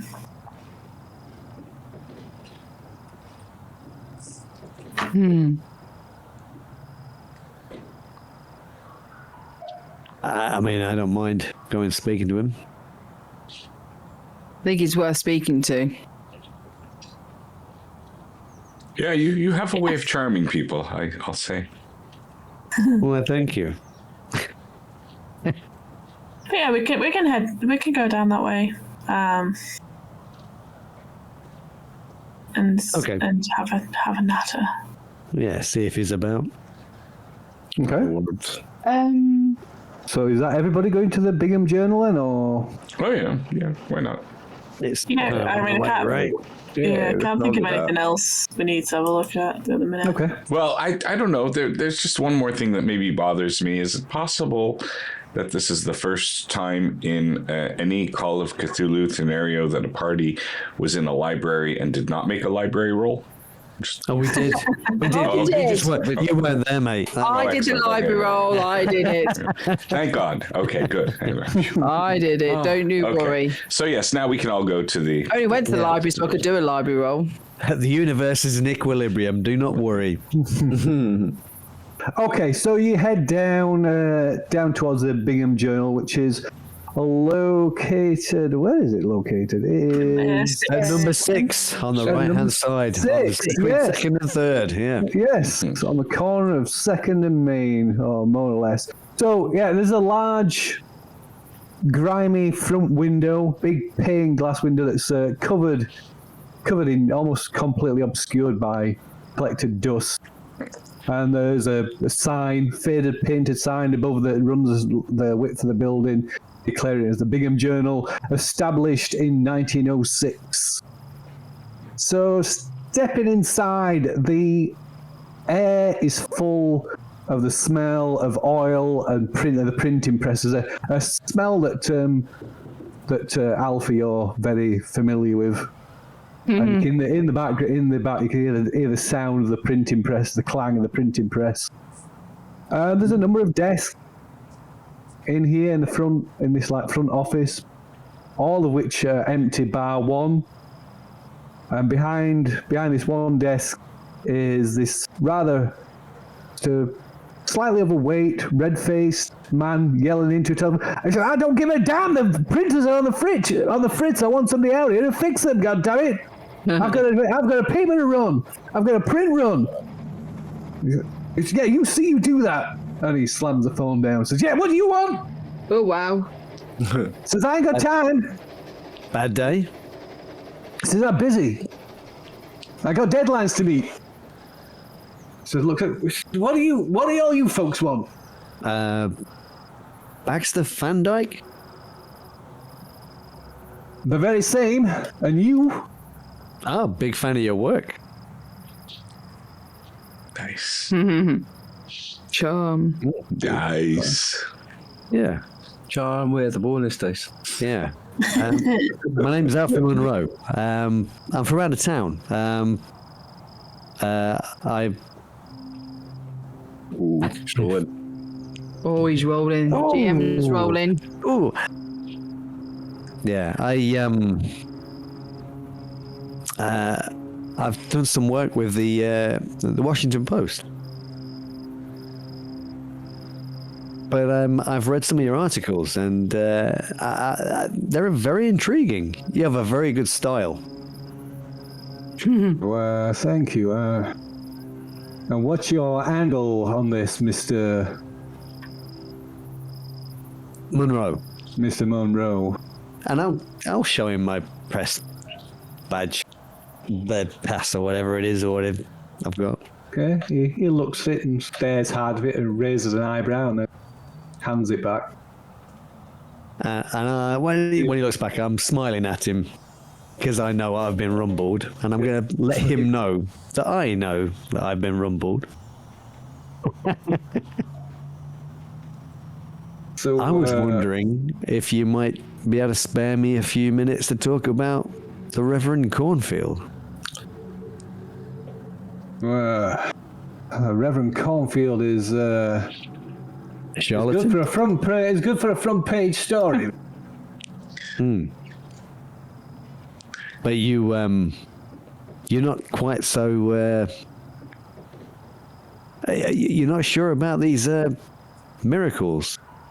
Well, I say not sure. I think you've made up your mind.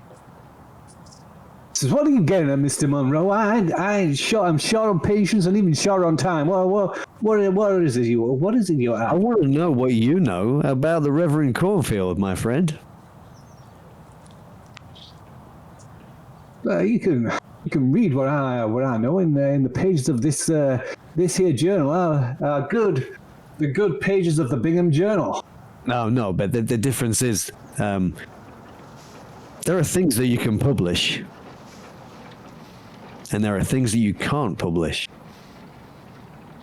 I want to know what you think.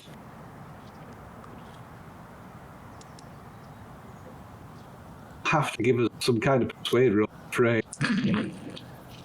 I wonder what kind of social skill might apply. Did you not see how charming he was when he said that? God, my persuade's awful. Yeah, mine's not great either. I'm the same. I've got gonna high have to charm be- and the low persuade. What am I going for, Phil? It's definitely going to be a persuade. Sorry, I mean if you want to. I tried the charm at the start, but I get where you're coming from. This is your chance to improve your he's persuade. not looking to be befriended or anything. So it's definitely like on a professional level. You're going to have to use charm. I mean, if you want to grease the wheels somehow. Journalism role would be more appropriate. Oh my God. Their profession. Like the journal is like he's trying to journalist to journal. Oh, there's a great roles. Yeah, that's not Well, good. that's only 2% away from a perfect score. Says, look, Mr. Monroe, I don't know what you're aiming for here. But, I suspect you think the Reverend Cornfield is a charlatan. That's what I suspect. What I think is not something that will be printing. I'm not asking you to of print. the journal. I have customers that are more than happy to read the words that I am printing. Well, these customers, I imagine, are quite favourable towards this man. And And I know that you're not. I know that you think there's something going on. look, Now, you can't print anything. Well, hear me out. You can't print anything, but that doesn't mean that I can't. look, Mr. Monroe, unless you've got something Well, I want to help you. I want to help you. Unless you've got something to lay on the table, Mr. Monroe, I suggest you turn yourself around and head back out that door.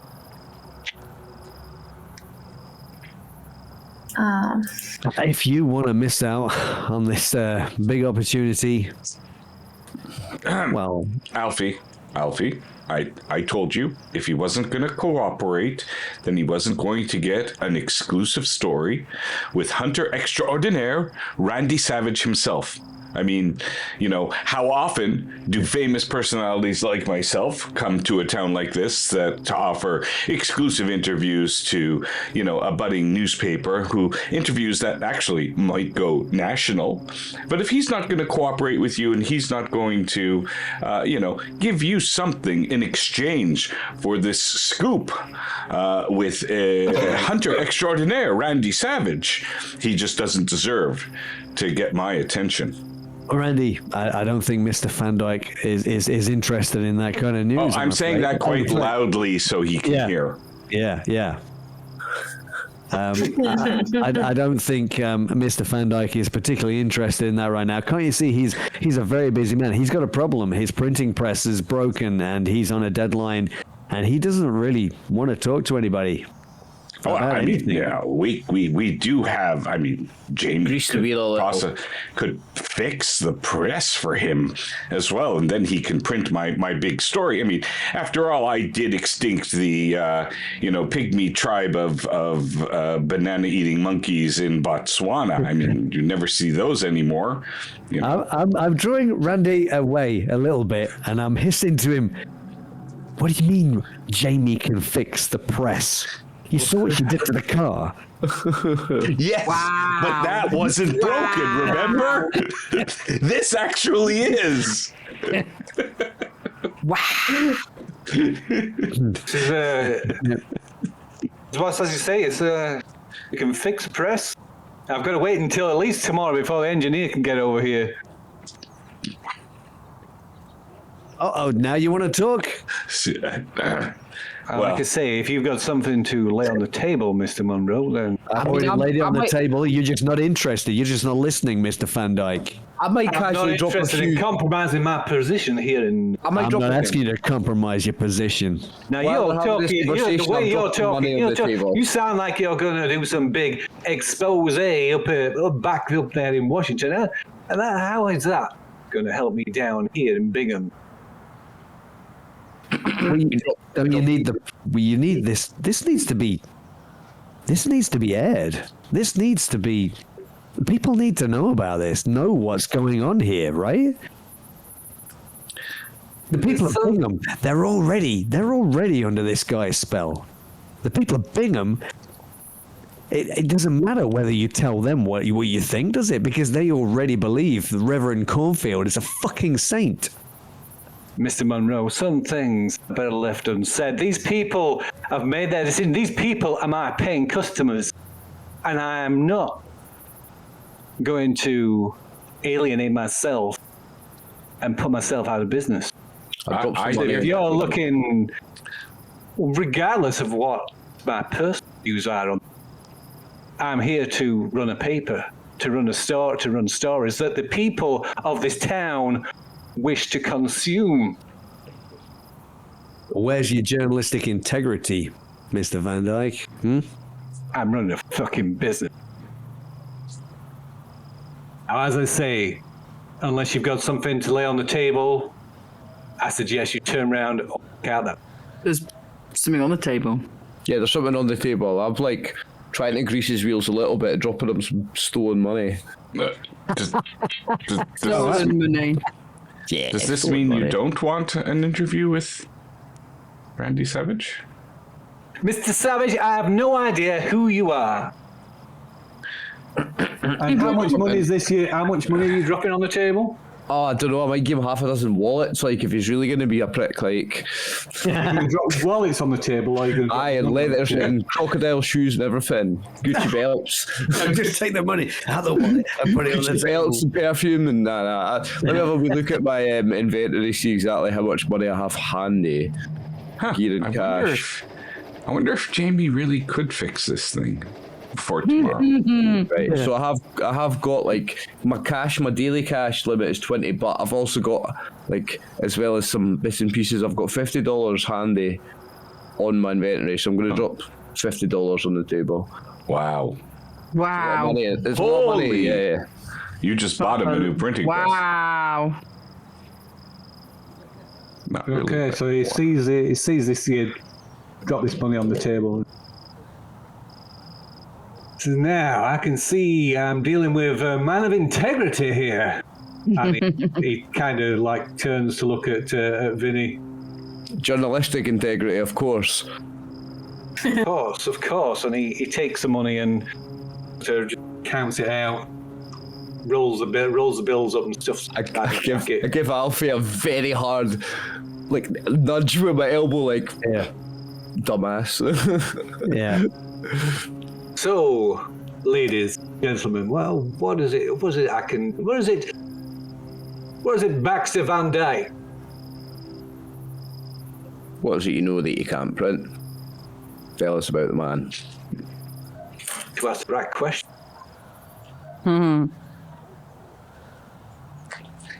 Are we talking about somebody, a reverend, with a forked tongue? Are you talking Indian talk? Yeah, you know, I mean, the words that he spouts from it, is he talking from two sides of his mouth? What's the truth of the miracles? If you're such a skeptic, what's the truth of it? Truth of it. The truth of it, I don't believe squat. I think this is some confidence trick. What about the man that was crushed near to death and runs about like a 17-year-old? Did you see this? Man, I saw. No one I've spoke to seems to be able to tell I'm me going to turn exactly around and I'm going to walk out. I'm walking out of the office and I'm just saying behind, you just wasted a shitload of money, Vinny. No, I'm not finished with this guy yet. Come on. I mean, you know, this is absolutely ridiculous. I mean, Peggy is more pregnant for a longer period of time than Family Guy's Bonnie is. It doesn't make sense. It's not been invented yet, Vinny. Randy. Come on, tell us what's the truth of this, Reverend. What happened to him on his... What was the truth of where he went in the desert? What happened? Why did he come back a fit, fresh, virile man when he was old and grey when he left? What happened? Come on. You said bring something to the table. I brought something to your table. You give me something back. You want to know what I think? I tell you. This is just some big scam. Okay, the Reverend disappeared into the desert. Okay. Who saw him disappear into the desert?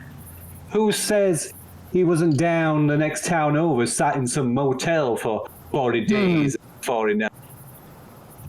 Maybe while he was over there, he picked up some hair dye, came back suddenly with a nice glossy black beard and hair without no traces of his grey anymore. You think he's just a con man? I do. So you think that there's a place where I can get mustache wax here? I believe you can get that at the. You should be able to get that at the department store, Mr. Randall. Yeah, Vincent. I don't think he really knows. I think he's completely in the dark. Listen, my friend, and I put my hand on his desk. Like, the man's not a con man. And how do you know this? Oh, we know our own. Trust me. Do you now? You have proof of this, do you? No, the man's tapped into some weird. The man's tapped into some weird science or weird chemistry, and he's doing strange things to humans. Well, what's going on? Come on. What proof do you have? What proof? I have seen nothing. I've spoken to people that give me vague reports. No first-hand reports. No. Well, I have seen some things firsthand that are very strange, which is behaviour displayed by people who have been cured by the Reverend's miracle healing hands. How do you explain these people's strange behaviour? And what behaviour might this? You know, there's people around town that act very strange. I'm asking you, sir. What behaviour is this that is so indicative of some conspiracy, other than the work of just a clever fraud? I don't think he's a clever fraudster at all. I think he's... Then you believe... some snake poison witch doctor or something. I think he's, some sort of witch doctor, or like he's doing something with bad medicines and bad magics and some voodoo weirdness. I don't know. Sir, like, you believe this man to be some kind of voodoo priest, some voodoo doctor, witchcraft and magic? Is this what you're telling me? Really? No, but take a look at it. What's his incentive here? There's no economic benefit. This place is dying. It's dead. There is no reason for him to convert these people. let me see. Yeah, Let me he's not calling see. these people for money. Since the Reverend returned from his pilgrimage, his trip out into the wilderness, it seems his congregation has grown, doubled in number. But they're I'm penniless. sure. They don't bring him anything.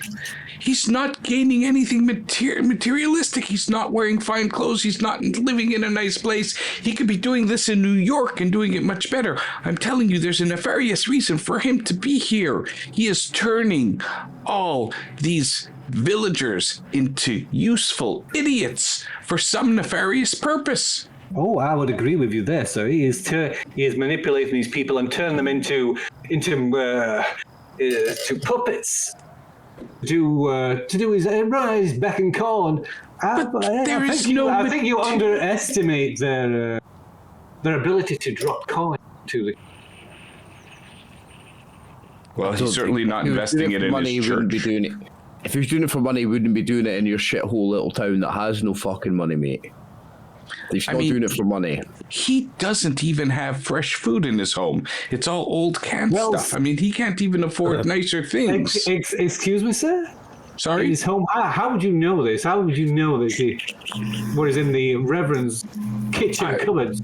Well, and you know, to you, sir, this shithole town is where I run my paper. Your paper is where even I make a living. I'll point out this machine. Your paper doesn't even run. Look at it. These people are paying my wages, sir. I've just paid these people's wages. They won't be able to pay your wages much longer if all their money is going to the church. Yeah, you were just wasting my time. Now your paper isn't running. I've just bought you a new printing press. Stop wasting my time. Which pocket did he put the money in? In his inside pocket of his jacket. Knock him out, Karina. I'm gonna go slide up to him. It literally straight up to him, and just turn and say, "Look, I think we're done here. You have proven very much that you are, in no words, a journalist. You can't even see what is going on in your town, and I am going to reach into his pocket and take the money out." Nice. Wow. just blatant, like, wow. I like your chutzpah. I'm going to be right up in his face. This is an intimidation. Okay. I know that I am using my talents. I'm going to intimidate him and then take the money out. Okay, give us an intimidation. Give us make use of your talents. Give us an intimidation. So it's a bonus die. If this goes wrong, I apologize, but this is really cool. You can always push it, and I have 82 luck for you to spend. Never mind. No worries. Wow. Okay, so yeah. Uh-oh. Gold moves, great. Alfie, she's scaring me again. Love it, Karina. Love it.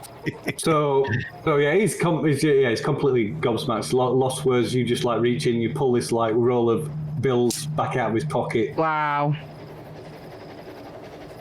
Yeah, just walk out. Yes. Nice. Right, you walk down and says, now, hold on a You have my attention, sir. Perhaps, if you gain... Right, did he just break up for anybody else? I missed all that. There we go. Perhaps if you can bring me evidence, incontrovertible proof, something that we can nail the Reverend up with, so to speak. Oh. It's too bad nobody thought to collect evidence before while we were out collecting evidence. Like to actually take it and keep it and to have it. It's too bad nobody thought of that in this in our group. That is too bad, sir. That is too bad. Perhaps we can work together. Maybe we can do each other a favor. if you promise to me, Mr. Monroe. Oh, I've gone. Oh, have you gone? If you promise to me an exclusive rights on this information, but I will only run it if there is uncontrovertible proof that we can show the Reverend to be the fraud that he is.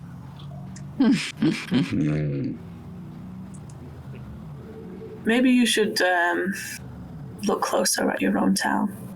Yeah. I'll give you a pointer. Take a look at Jumping Jimmy at the lumberyard. You bring me proof.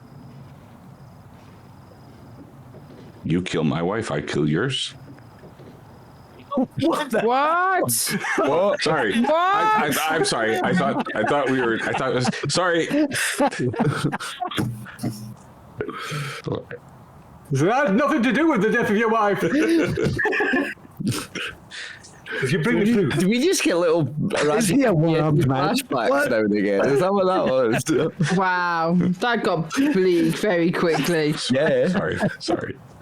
It's Cthulhu. That's how it should be. Like flashing. You bring me proof that I can show to the people of Bingham and show them the Reverend true colours, whatever they may be. If you have your theories, you prove your theories. Then we don't need you, buddy. Then. What do we need you for if we've got proof that this guy is whatever it is, whether it's a fraud or why are we even asking you? Do you know what I mean? Like, why are you even here to start with? You wanted my help? If you don't want my help, then you've not been any help. You've not provided any information we didn't already have. In which case, I believe our business is done. If you'll excuse me. I might let her excuse you, Karina. Him.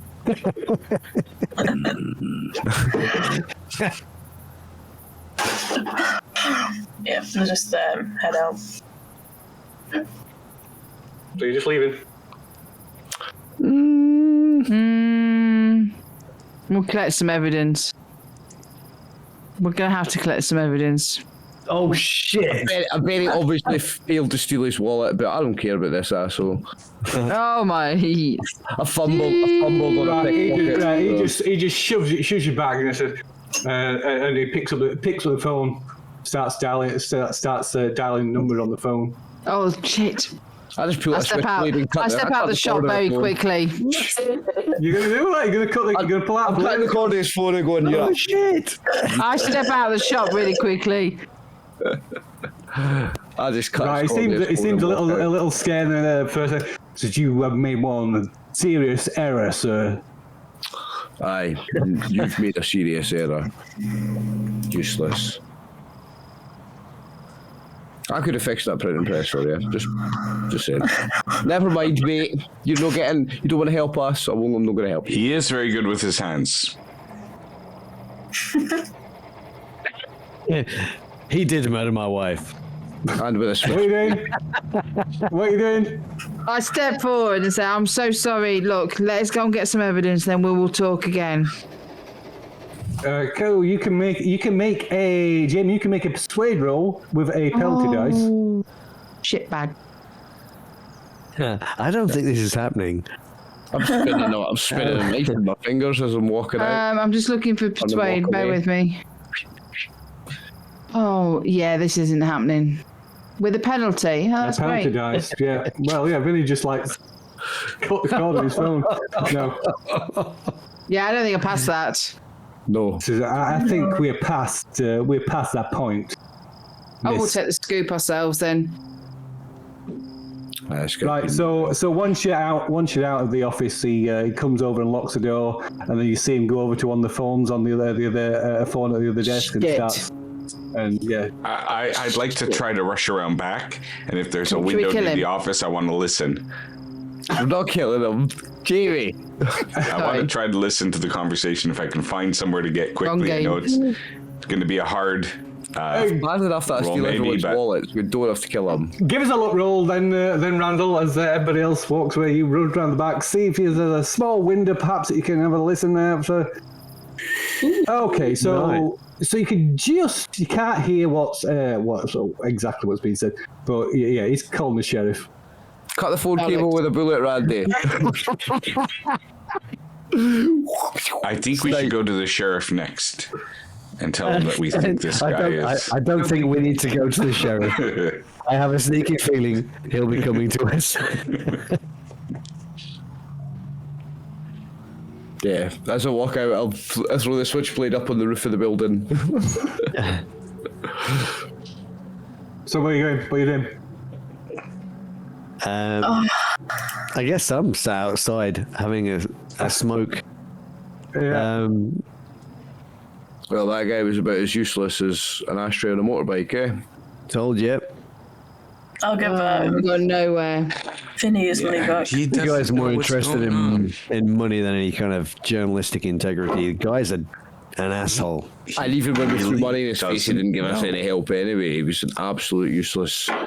Do we know if he has any reporters? Maybe we could speak to one of the reporters, drop them $5, not 50, and see what they could spill.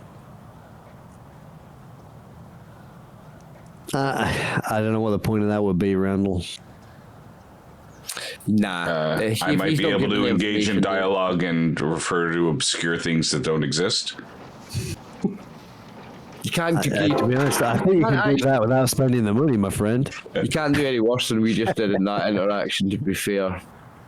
Well, if we needed to get information about what he knows, I think it's safe that he knows nothing about what's going on. He just has a grudge against this guy because... Why is the sheriff coming this way? Good day, Look Sheriff. at me. Oh my god. Maybe we should head for lunch. Yeah. Let's go and get coffee, regroup. What's that, Sheriff? Take out our identification? Well, Vinny here has 7. 13. Wow.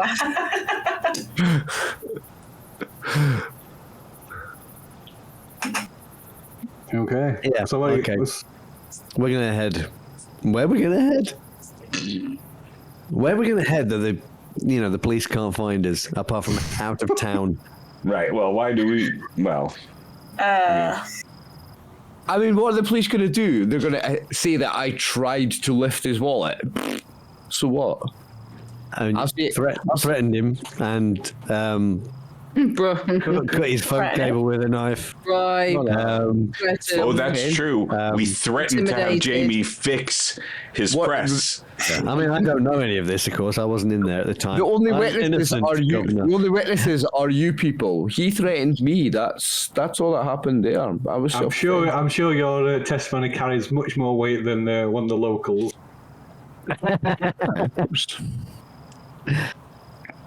It was just a Just little 'cause he doesn't take bribes, doesn't he? Mean the sheriff, doesn't he? journalist and journalist rivalry. They got a little heated amongst friends. That is all. So what are you doing?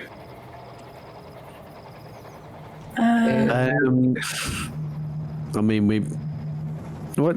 So I guess it's still only kind of early afternoon, right? Yeah. So it's probably about 1:30 in the afternoon. Well, yeah, it's not too early for a drink now. Back to the saloon. Back to the saloon for lunch. Yeah, and to hide out. Regroup over lunch, and we hide out in the back corner of the saloon in a dark corner. Yeah, definitely. Dark, smoky corner. Slunk down low in my And chair. listening though, I'm gonna listen when we go. I'm gonna listen in to the general pub vibes. Yeah. Okay. So you're going to the Deerhead Saloon then, are we? Yeah, back to the saloon. Okay. Liquid lunch. That's what we're going for.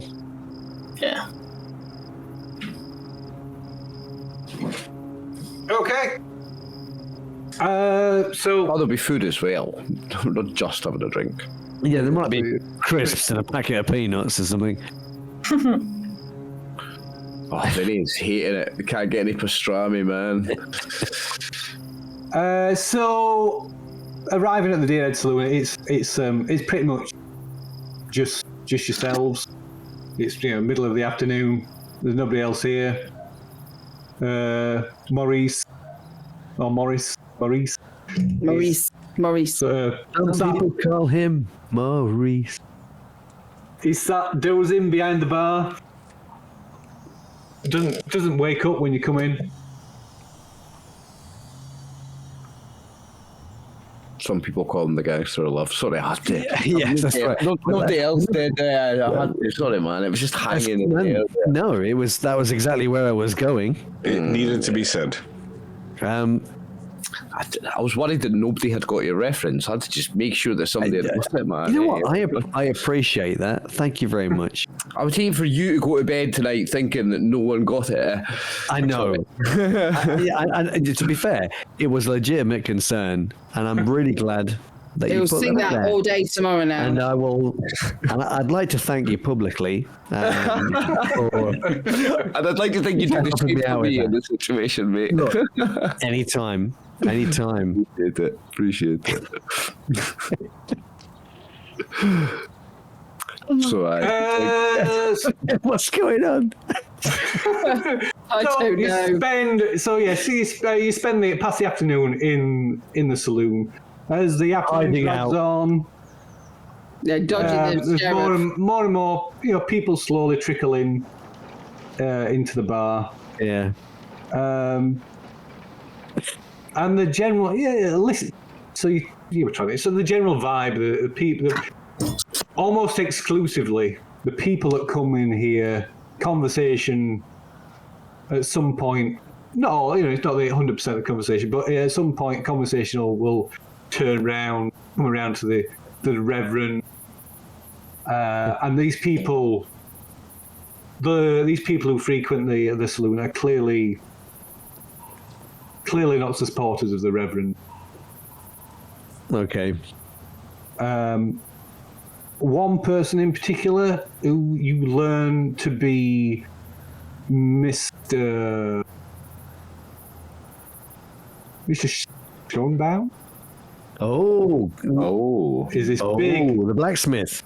It's hard to miss. This big bear of a man, and it seems that that Bill Cole is something of the head, sort of unofficial leader of these dissenters, or rather, calling them dissenters is probably the corn tweeters.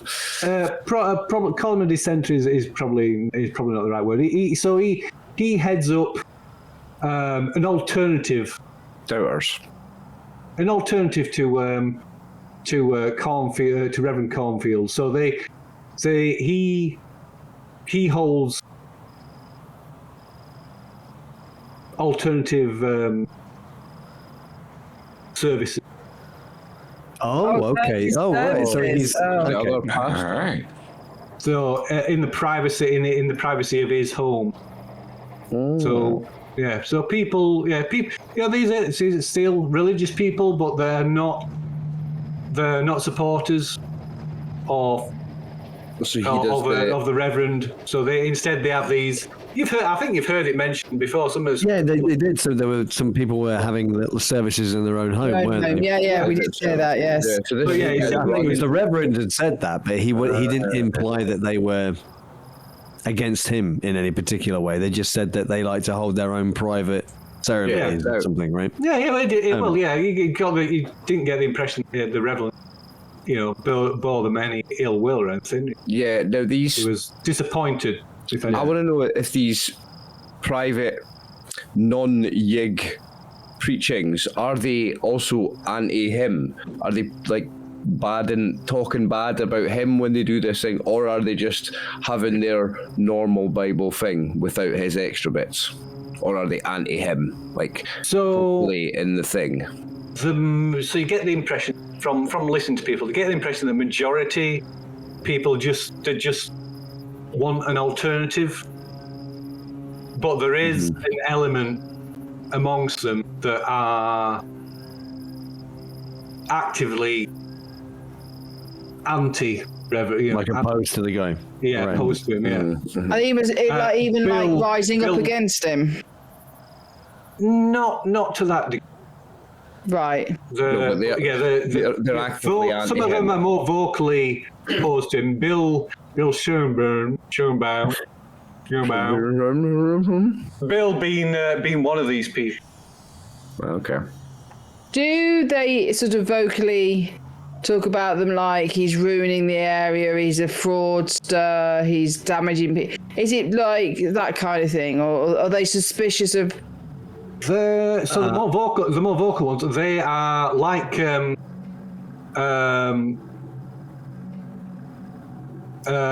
like Hilliard Fowler.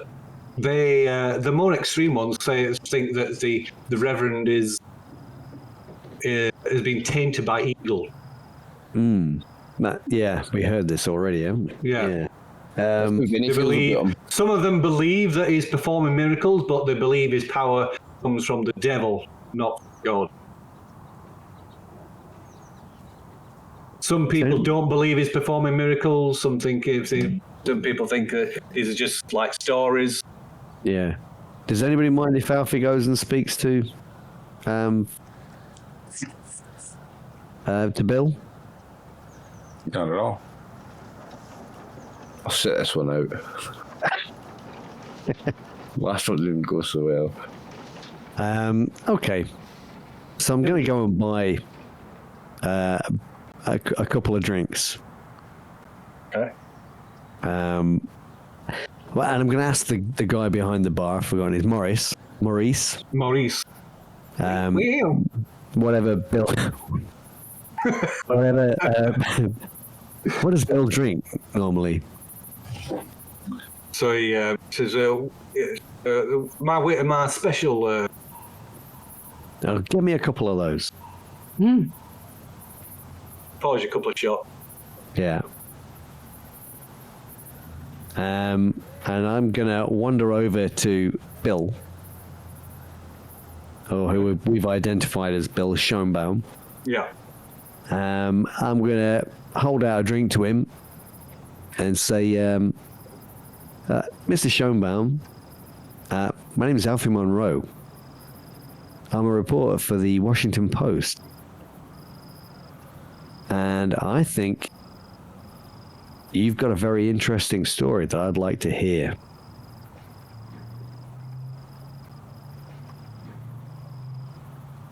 What is it you want to know, Mr.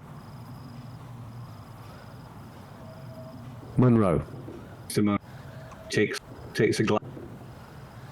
Yeah, and I just so that he can be sure that I am who I say I am, I'll hand him my card again. I heard you. Oh, you've dropped out there, Phil. I said, I heard you folks have been asking questions. Town. Yeah. And the rest. I think that you've got a bit of a story to tell. Am I right? That may be. I also hear you from some folks here that you attended the Reverend's service earlier today. I did. Now, my question to you. Oh, you dropped out again. Oh, am I looking out? Can you hear me? I can now, yeah. So my question to you, Mr. Monroe, is where do your loyalties lie?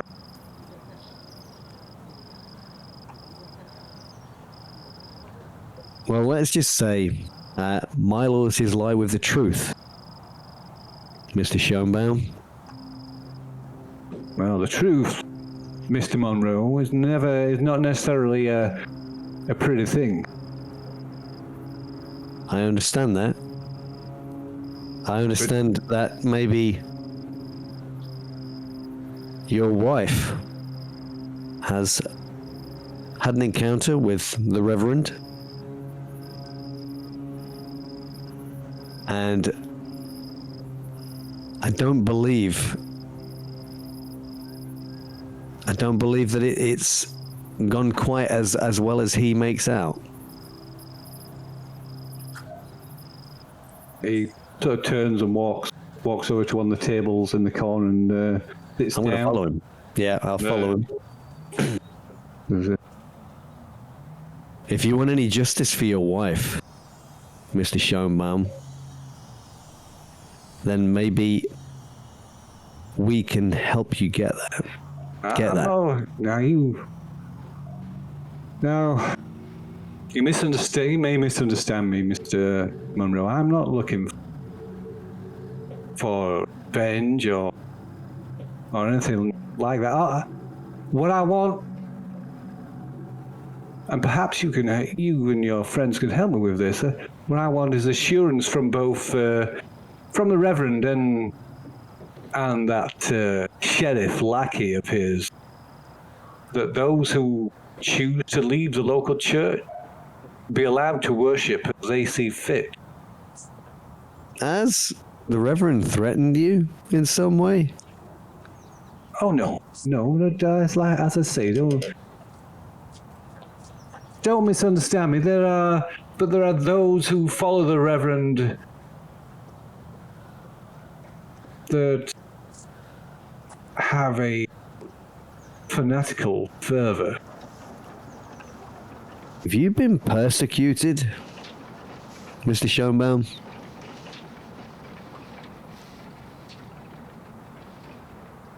There have been, shall I say, intimation. There are those that are not happy that we have chosen to break free from the local flock. Do you mind me asking why you've broken free from the flock? Particularly as the Reverend is alleged to have carried out some miracle on your wife. Oh yes, the Reverend healed my wife. So he did. And he sort of leans in close. He says, "See, Pearl. She was a good woman. I love her very much. But she always suffered. She always suffered from a skin condition. I always saw past that. It was not something that changed how I feel about her. But something like that, it bothered her some. She thought I was. She thought it was somehow lesser in my eye. This affliction. And when she heard of the pastor's healing touch, she called upon him. I don't get me wrong. I was happy for the pastor to do this. This we had heard stories. We had heard it. Pastor is past. He's always been a good man. And that day, the pastor, Reverend Caulfield, came and he laid his hands upon Pearl. Stayed. He took to her bed for several days afterwards, looking worse and worse with each passing day. Finally, that one morning, she emerged from the bathroom looking radiant, the skin perfect and shining. I couldn't believe my eyes. I'm ashamed to say that I looked upon her and wished never to look upon her as she had been before.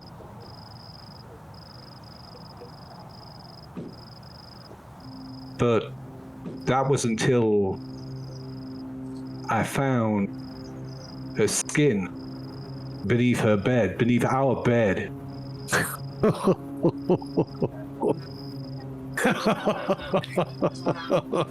Wow.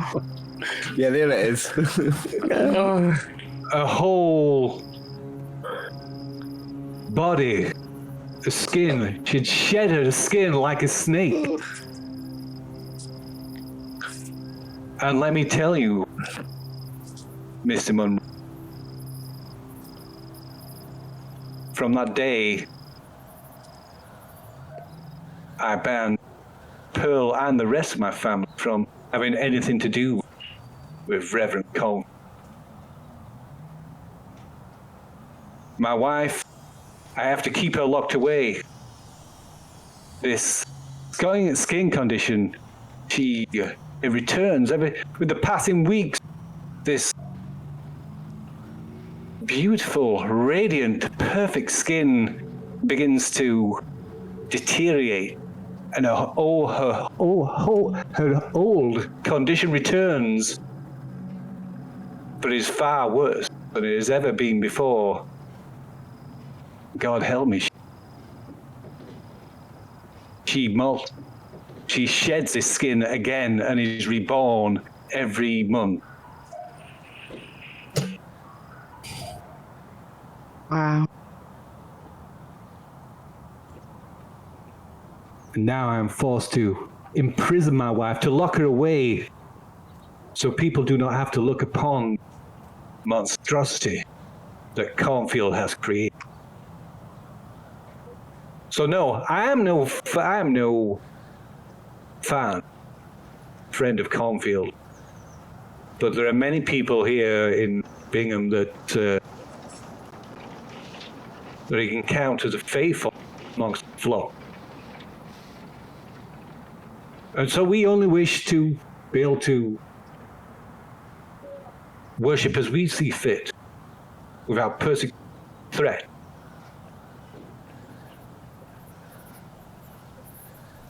And this sounds like a horrendous thing that you're having to go through, Mr. Schoenbaum. A terrible thing that your wife is having to go through. Surely you want some justice for Pearl? Some retribution. That what the Reverend has done to her. It's a terrible thing. Now, as I say, don't mistake me as someone who would seek out vengeance. I am a Christian man. I do not seek vengeance. We sought help from the Reverend.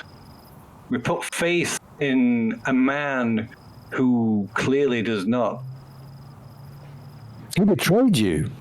He betrayed us indeed. This is not the glory of God that runs through the works through the hands of the Reverend. But I will not seek. I'm a good Christian, sir. I will not seek revenge. I only seek that we be left in peace. And we will atone. I will live with my pride and what it has brought upon my family.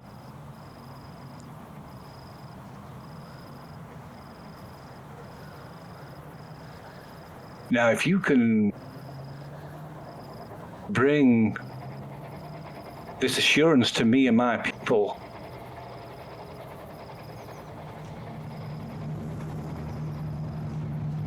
it will be of great comfort.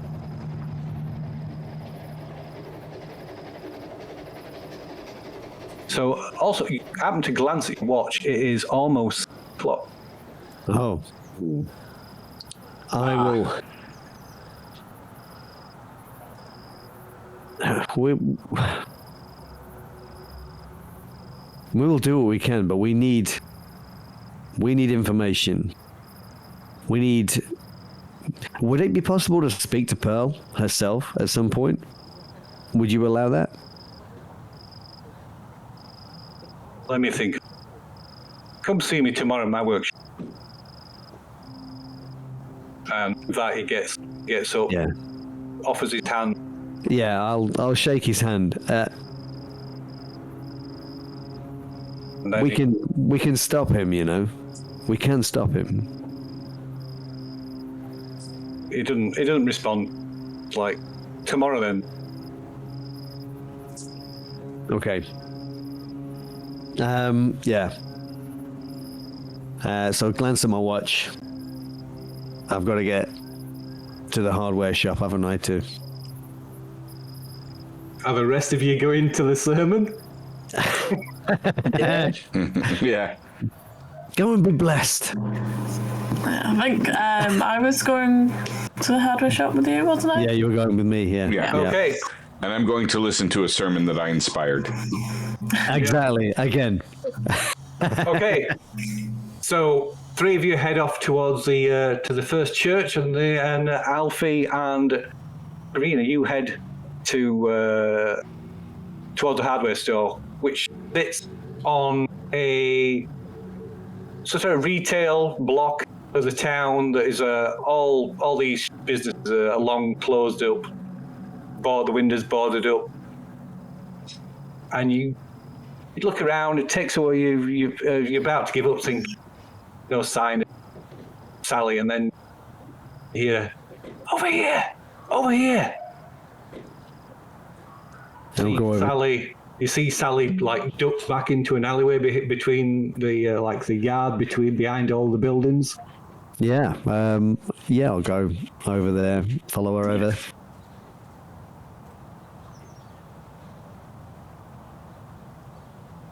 Yeah, keep your eyes open, Karina. I don't know what the angle these people are going to be playing, so... Yeah, they seem to be hiding from someone. Okay, so around the back of the hardware store, like to skulking shadows, is Susie. Like I say, she's got short dark hair, dressed in like dungarees. Bit of a tomboy look to her. And there's also this kind of bookish looking guy. Looks about a little bit older, maybe 19, 20. Tall, slim, quite good looking. Glasses. Susie, is this a guy? Yeah, these are the ones I told you about. I heard them talking in the library. Comes over and says, "My name's Gregory." Holds out his hand.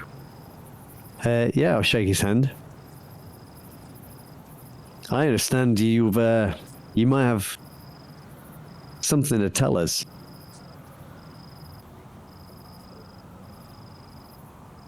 Susie says you might help us. We're going to try. Susie, see, I told you so, Gregory. I told you these people. They know the Reverend's. They know the Reverend's evil. We need to put a stop to him, Mister. You're referring to what he did to your mother, I assume. Yeah, and Gregory's wife. I must confess, we did go and speak to Peggy earlier today, Mr. Shaw.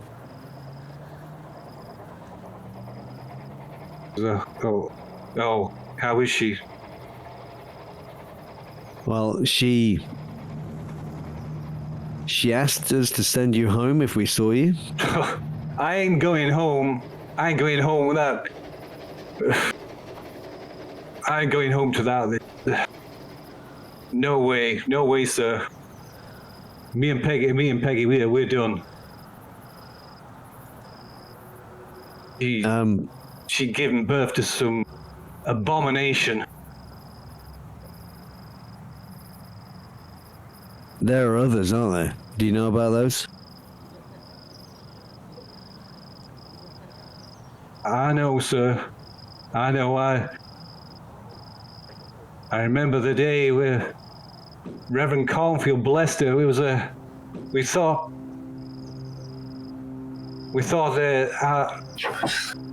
the Lord God had looked down at us and was going to bless us with a child.